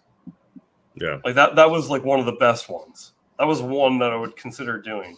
Mm-hmm. But it's just like I don't get that. How is that? I mean, I guess I'm not trying to judge anybody. Why would you want to eat something like that was flavored like something vile and disgusting? I don't whatever. No. What do I know? All right, let's get to Game of Thrones. You watched season 3, episode 5, and episode 6. I have a lot of notes for these 2 episodes, or more bullet points than anything. But I feel like a lot happened in these 2 episodes. You had Jaime's monologue in the bath. One of the best scenes, I think, for him. His best scene for that actor. Where he was talking about the difficult decision he had to kill the Mad King because of all the oaths he took. He just didn't know which one. He was so conflicted. I thought it was phenomenal. You had a lot of the Queen of Thorns. A couple of great quotes. She as when Tywin was pointing out that her son is gay. And she said, "A sword swallower through and through." Fantastic. And then at the end, one of the most known quotes of Game of Thrones: "Chaos is a ladder." From Littlefinger, he says, "Chaos is a ladder. Many who try to climb it fail and never get to try again. The fall breaks them, and some are given a chance to climb, but they refuse. They cling to the realm or the gods or love." Illusions. Only the ladder is real. The climb is all there is. And then you had that montage, and then they climb to the top of the wall, and they, for the first time, Ygritte sees non-snow on the ground, and it's like a great like optics in that scene. I thought for sure. So any overarching thoughts on these? I have a few questions for you after that. I'll tell you what. I think Ygritte's so annoying. I can't stand her. I love her. I love her so much, man. I don't know. I have a thing for redheads. I think she's like super hot. And interesting, because I'm anti-redhead now. I know. I think she's like fantastic. Oh, okay. Well, yeah. I don't know. She just seems a little. And I can't stand Marjorie's grandmother. What's her name? Queen of Thorns. What's her name? How do you not like Queen of Thorns? She's so badass. Yeah, it's just getting on my nerves. And I look at my notes here. I said, I hope they kill her off next episode. I know. No, but it's interesting. I feel like a lot of like the things that I was saying, like I thought were going to happen, are like Brienne and like Jaime are like become became closer, sort of thing. Like everyone's like starting to hook up now, and let's see. Sorry, I'm looking through my notes here. So tell me like what's going to happen here with why was Sansa sad at the end? They sent her boyfriend away or what? Well, I saw your notes. You said that Loras Tyrell you said he was shy. No, he was awkward with her because he's gay, and like he just didn't the sword swallower through and through. He didn't want to be with a girl. They even point out, like, you saw like Sansa's face for a second. He's like, yeah, I've always dreamed of weddings, and then he's like, oh, the bride, of course, and then he's like, the most beautiful bride, and of course the gold and green flowy, whatever he said, whatever the dress like type. And like as soon as he said that, like Sansa was like, oh, wait, what? And so yeah, he's talking about like clothing design stuff. So she was upset. Well, first of all, she was upset that she wasn't going to marry Loras Tyrell. In the book, actually, just want to note that it's not Loras Tyrell because he was already in the Kingsguard. They kind of mashed two people together. There is a character called Willis Tyrell, who's the other son or the other grandson of the Queen of Thorns, Marjorie's other brother. Sansa was supposed to marry him, but they excluded him in the show. I guess because I guess it made sense because there'd be too many characters. So she was supposed to marry Loras Tyrell here. So first of all, Tyrion told her that was not going to happen. You're going to marry me instead. So first of all, she's upset about that. And then she's doubly upset because she sees the ship sail away. That's Littlefinger's ship sailing away. And Littlefinger told her that he was going to take her. But obviously he wasn't going to do that because she said no, because I'm going to be marrying Loras Tyrell. So she said, when Littlefinger told her before that he would take her away, she was excited, but then she felt like she didn't have to go be taken away because she's going to marry Loras. And so she lost two opportunities to escape the Lannisters, and now she's going to be stuck with Tyrion. So it's pretty rough times for Sansa. I can see why she would be upset. I can't stand her either. Yeah, she's a redhead. I'm not a fan of, but I could, I mean, she has been through a lot, to be fair. Yeah. I don't know. I just don't find her character all that interesting, I guess. But I love when Grandma's trying to call out Tywin on the incest, man. Yeah. It's like she's not into that scene, apparently. Yeah, I mean, we have a bunch of interactions with Tywin this season. We start with Tyrion, then you go to Cersei, and he outwits both of them. He's a level above. But I feel like with Queen of Thorns, she was able to go head to head with him. She's not intimidated by him. She's just as cunning. And so it was. I love that scene with Queen of Thorns and Tywin. I could watch a whole episode just them talking. Really? Just trying to one up each other. Like it's amazing. It's great writing. Yeah. Oh, it'd be awesome if they kill her off, huh? I don't know why you dislike her. She's like super smart and she has funny things to say. Why don't you like her? Because it's too because it's too much. It's like zing zing everything she says. I don't know. It's just. If you're an old lady and you want power, I feel like She reminds me of I'm sure you haven't seen Downton Abbey. She reminds me of the woman who played Professor McGonagall on Harry Potter. She was the matriarch. She was like the oldest lady, the matriarch of that show, Downton Abbey. She was basically the same character as Queen of Thorns, and I loved her. Like Dina too, my wife. We were both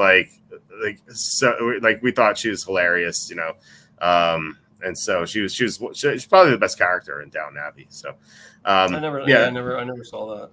It's good show. Not, I mean, great at times, kind of mediocre at times, but I thought good overall.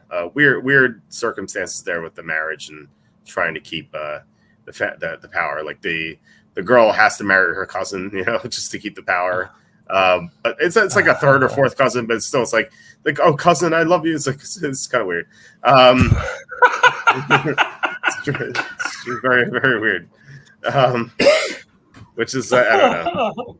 Anyway, I mean, if they were your third or fourth cousins, I probably wouldn't call them my cousins. I mean, yeah, oh, she didn't even know him growing up. Like what happened was like the heir to the castle or the manor or whatever or the Down Abbey, the heirs all died on the Titanic, and so they had to find the next male, and so they kept like the lawyer like was searching, and they found that like this was like a fourth cousin who like he was just like he was like a regular dude.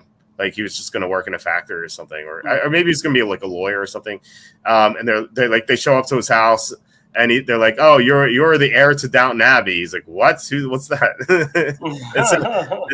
So like suddenly the main girl of the household, she's kind of pissed that they're not taking her, but it has to be the next male. So she wants to like get him, but then eventually she does, and it's I don't know, it's a good show, but it was it's a little weird with that situation. Like she had to marry her third or fourth cousin, whatever he was. Anyway, and any other thoughts on Game of Thrones? Because I like I said, I have a couple questions to throw at you. Hit me with the questions. I want to see what you got here. All right, I can come up with something. All right, what are your thoughts on Roose Bolton's treatment of Jaime Lannister? He's Rob Stark's bannerman, one of his top bannermen. He said my bastard will retake Winterfell, and he drove the Greyjoys out of Winterfell. So Jaime shows up to Harrenhal, and Roose Bolton's there. You would expect Roose Bolton to return Jaime to Robb Stark, but instead he bathes him, he fixes his arm, he feeds him, and then he says, "You're going to King's Landing." What are your thoughts on that? Like, why do you think Roose Bolton's doing that? Oh, I don't know. He's the one that cut off his hand, yeah. No. That was the other. The guy who caught off his hand gave Jaime to Roose Bolton. Roose Bolton's even saying like, "Hey, if I give you back to Tywin, just tell the truth and say I had nothing to do with this." Huh. I'm not sure if I remember who that was then. He was the guy. Remember when Jaime had trouble cutting his meat? He was the guy eating. He was the guy eating with Jaime. And remember, Jaime was like, "Let's drink to this," and Roose Bolton's like, "I don't drink." Oh, okay. I remember that. I think. Yeah, you have to know who Roose Bolton is going forward. Like this is the critical, very critical character. Okay, so it gets hard for me. So I think like a lot of the characters look the same. Yeah. What's his name again? Roose Bolton. Roose Bolton. Okay. It's the insignia is the X. It's a flaming X. That's their sigil. So he's like the number 2 in Robb Stark's army, especially after Karstark is put to death. Gotcha. So you could claim Karstark or number 2, but Bolton I think was number 2 for sure. Like he was always the one having private meetings with Robb Stark when they were together in the camps. Okay. So my question is like, why do you, like, what do you think of the treatment that he's given Jaime? Like, were you surprised that he's just giving him back to King's Landing, or like he seems nice to Jaime? He's like he's feeding him well. Whereas like before Jaime was just like thrown around in the mud. He's got his hand chopped off, and now suddenly Roose Bolton's like, "Oh, here, your father. You get to be bathed. You get to have your arm healed. You get to feed. You get to eat like good food." Like, were you surprised at all that Jaime's been treating nicely suddenly? I mean, I guess I don't have the first clue though as to why. I don't. I'm really not sure. Okay. Sorry. It's hard to keep track of all. Like, where did I thought that this guy was like part of the group that like captured him and Brienne? Roose Bolton. No, the guy who captured Jaime Brienne, like his name's Vargo Hoat. He's part of the North as well, and then he delivered him to Roose Bolton. So Roose Bolton's not. I mean, he's allied with Vargo Hoat, but at the same time, like they're not in the same household or anything. Oh, okay. Yeah, I might have to go back and rewatch this one then. Who was the girl with the reptile face? She has like the Two-Face. Yeah, that's Stannis' daughter, Shireen. She like, I mean, even the Stannis' wife was like, "Oh, you're here to see her. You shouldn't see her." And Stannis is like, "Oh, I want to see my daughter." Okay, So she has a condition called grayscale, which is actually lethal. It's very lethal. The maester was able to cure it from her and keep her alive, but she's been disfigured permanently. The grayscales comes up. There's going to be an outbreak of it at some point, and it's going to be more prominent. But yeah, it's a condition where it just spreads all over your skin until you die. It's pretty serious. Yeah, half her face is deformed with this grayscale. Oh my gosh, I didn't realize that that part of it. I thought I don't know what I thought, but anyhow, I thought it was that's who I thought it was, but I didn't know what the situation was with the face. Yeah, is Sam finally gonna get? Everyone's getting laid all of a sudden. Sam is and that girl, like all the innuendos they were making with the fire. I thought that was pretty that was pretty funny. Yeah. What do you think about Robb Stark's decision to put Karstark to death? Like his both his mom and his uncle were like, keep him as a hostage, and Robb Stark killed him for treason because he killed those two Lannister boys. So like, what would you have done if you were Robb Stark? Would you have also killed him, or would you have kept him as a hostage to keep the army around, because the Karstark army went home after he killed their leader? Yeah, I probably would have just kept him as a hostage. I mean, why do you think he was like? Do you think he's just trying to like flex his nuts, like his I think so. sort of thing? Yeah, I mean, he's a young king. He's like what in the books, 16 or something in the books. He's a young guy. Like I think if he thought he was being disrespected, like they would have seen him as being soft. So. Sort of the same thing that Greyjoy went through, yeah. So you have young leaders trying to prove themselves, and he lost a chunk of his army. The Karstarks, along with the Boltons, they're the top bannermen that he had. So he lost either his second or third biggest contingency that he had. So that's why he said at some point he's like, I've won every battle, but I'm losing the war. He lost a big chunk of his army, and so now his plan is to marry his uncle to the girl he was supposed to marry. Any thoughts on that?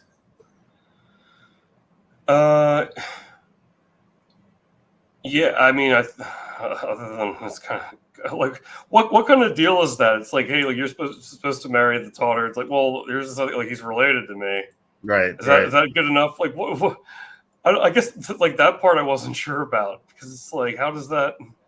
That's sufficient. Would you be like, if you're Walder Frey, would you be insulted? Like, hey, I was supposed to get the king, but I get the king's uncle. Yeah. It's just like it's like my son and my grandson-in-law, or son-in-law. My son-in-law was going to be the king, but now it's the king's uncle. Yeah, exactly. So I don't know, and I think because of that, I wonder if something else is going to unfold as a result of that, because it just doesn't seem. It kind of seems weird in like the expositions, like, oh, they just like came up with this, and it just seems like, oh, that's solved, and now we're like past that. I don't think that's the last we're going to hear of that. Okay. So all right. So well, first of all, I want to point out Arya has been learning from the best dudes. Season 1, she was learning from Sirio, the water dancer. Season 2, she was following Jaqen and Hagar around the faceless man, and now she was learning archery from Ange, the archer and the Brotherhood without banners. So it's pretty cool that she's learning from the best dudes. The last question I had for you is I asked you this last time: who is Theon's torturer? Rob Thomas from Matchbox 20. He does kind of bear a resemblance to him. Yeah.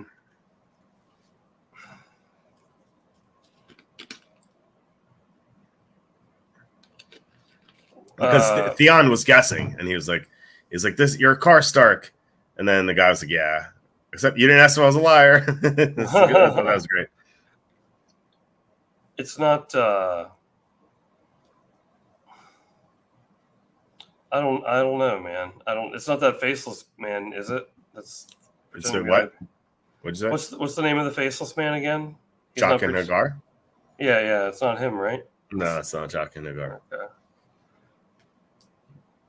Oh wait, because he can only change the face of people he's killed, right? Yeah, and he told Ari he went back to Bravos, which is across the sea. So. Oh, okay. Oh man, I don't have no idea who it could be. Okay. Well, I think. Well, I mean, I guess we're getting near what. So we did 5 and 6 today, and then 8 is, eight. Wait, is it 8 or 9? So is 9 is always the big one. So that's right. Next time you have 7 and 8, if you're daring, you can watch 9 as well, which is known as the best episode in the show. Both with Carmen and who's the other girl that we had? Evie, yeah. Yeah, Carmen and Evie were both saying it was the best episode. I'd like to ask them what their second favorite episode was, because everyone is going to say season 3, episode 9, The Reigns of Castamere. So that is approaching very quickly. So yeah. Well, I mean, it's interesting because it's like every group is like moving, like they're all like it's like I think it's clearly gonna collide here soon. So it'll be interesting to see how it unfolds. Mm-hmm. So no. Yeah. Last comment here. Chris says, I can't believe Brianna Tarth ends up joining the Galactic Empire for dying and becoming Satan. She also runs the school for little goth girls somewhere in there. Yeah, she's got her hands on a lot of pies, a lot of fingers on a lot of pies there. Yeah. Who's your favorite dragon? Is that from House of the Dragon? You mean? I don't have. I don't know. Obviously. What's the name? Daenerys is 3 dragons. I mean the bigger one. I don't know. I mean, like I forget their names. There was Rhaegal, Viserion, and what's his name? There's season 3. What's the biggest one? I forget his name. Drogon. Drogon is that's one. Yeah, she named the 3 after like the 3 men in her life, basically.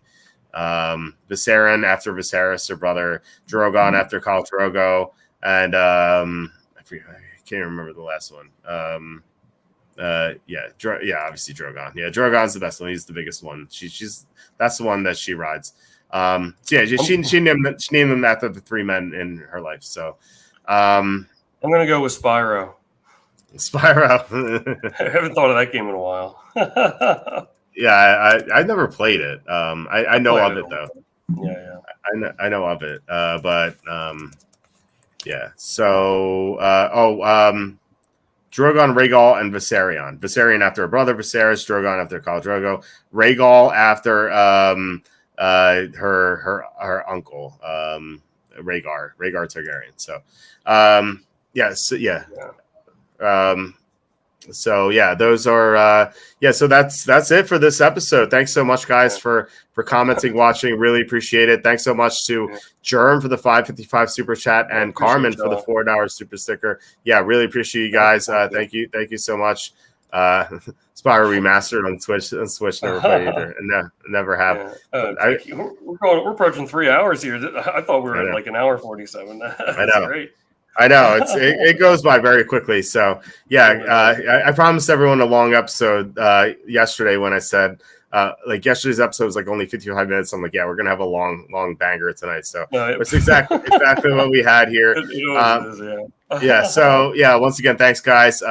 We'll be back. 21 more to go for the I'll be back on Saturday. It is Father's Day weekend, so I doubt I'm gonna have a guest on. Just because of the holiday, but I will be on Saturday for a shorter episode. So looking forward to that. Good luck to your bets. Good luck to stockholders. Good luck to everyone who's doing anything, and happy early Father's Day if you're not able to join on Saturday night. Tom, always great to do this with you. Do you want to shout anything out, perhaps your Twitch channel? Yeah, we'll put the Twitch on there. I'm not going to be streaming for probably 5 days or so because I'm going to be on the road for work, but we've been having some fun playing Rocket League on there and just hanging out, and follow me on Twitter as well at QuackyT. I'm starting to tweet out some picks again, and they've been doing pretty well. So, well, they're doing pretty well. I decided to tweet them here and there. So, a couple of you taking advantage of it. So we'll keep doing it. And thanks for the support. Appreciate. So it was fun to hang out. Yeah, absolutely. Hey, please hit like, subscribe, comment below, share this video, visit the link in the description of the merch store. Yeah, like I said, we'll be back on Saturday. So talk to you then. All right.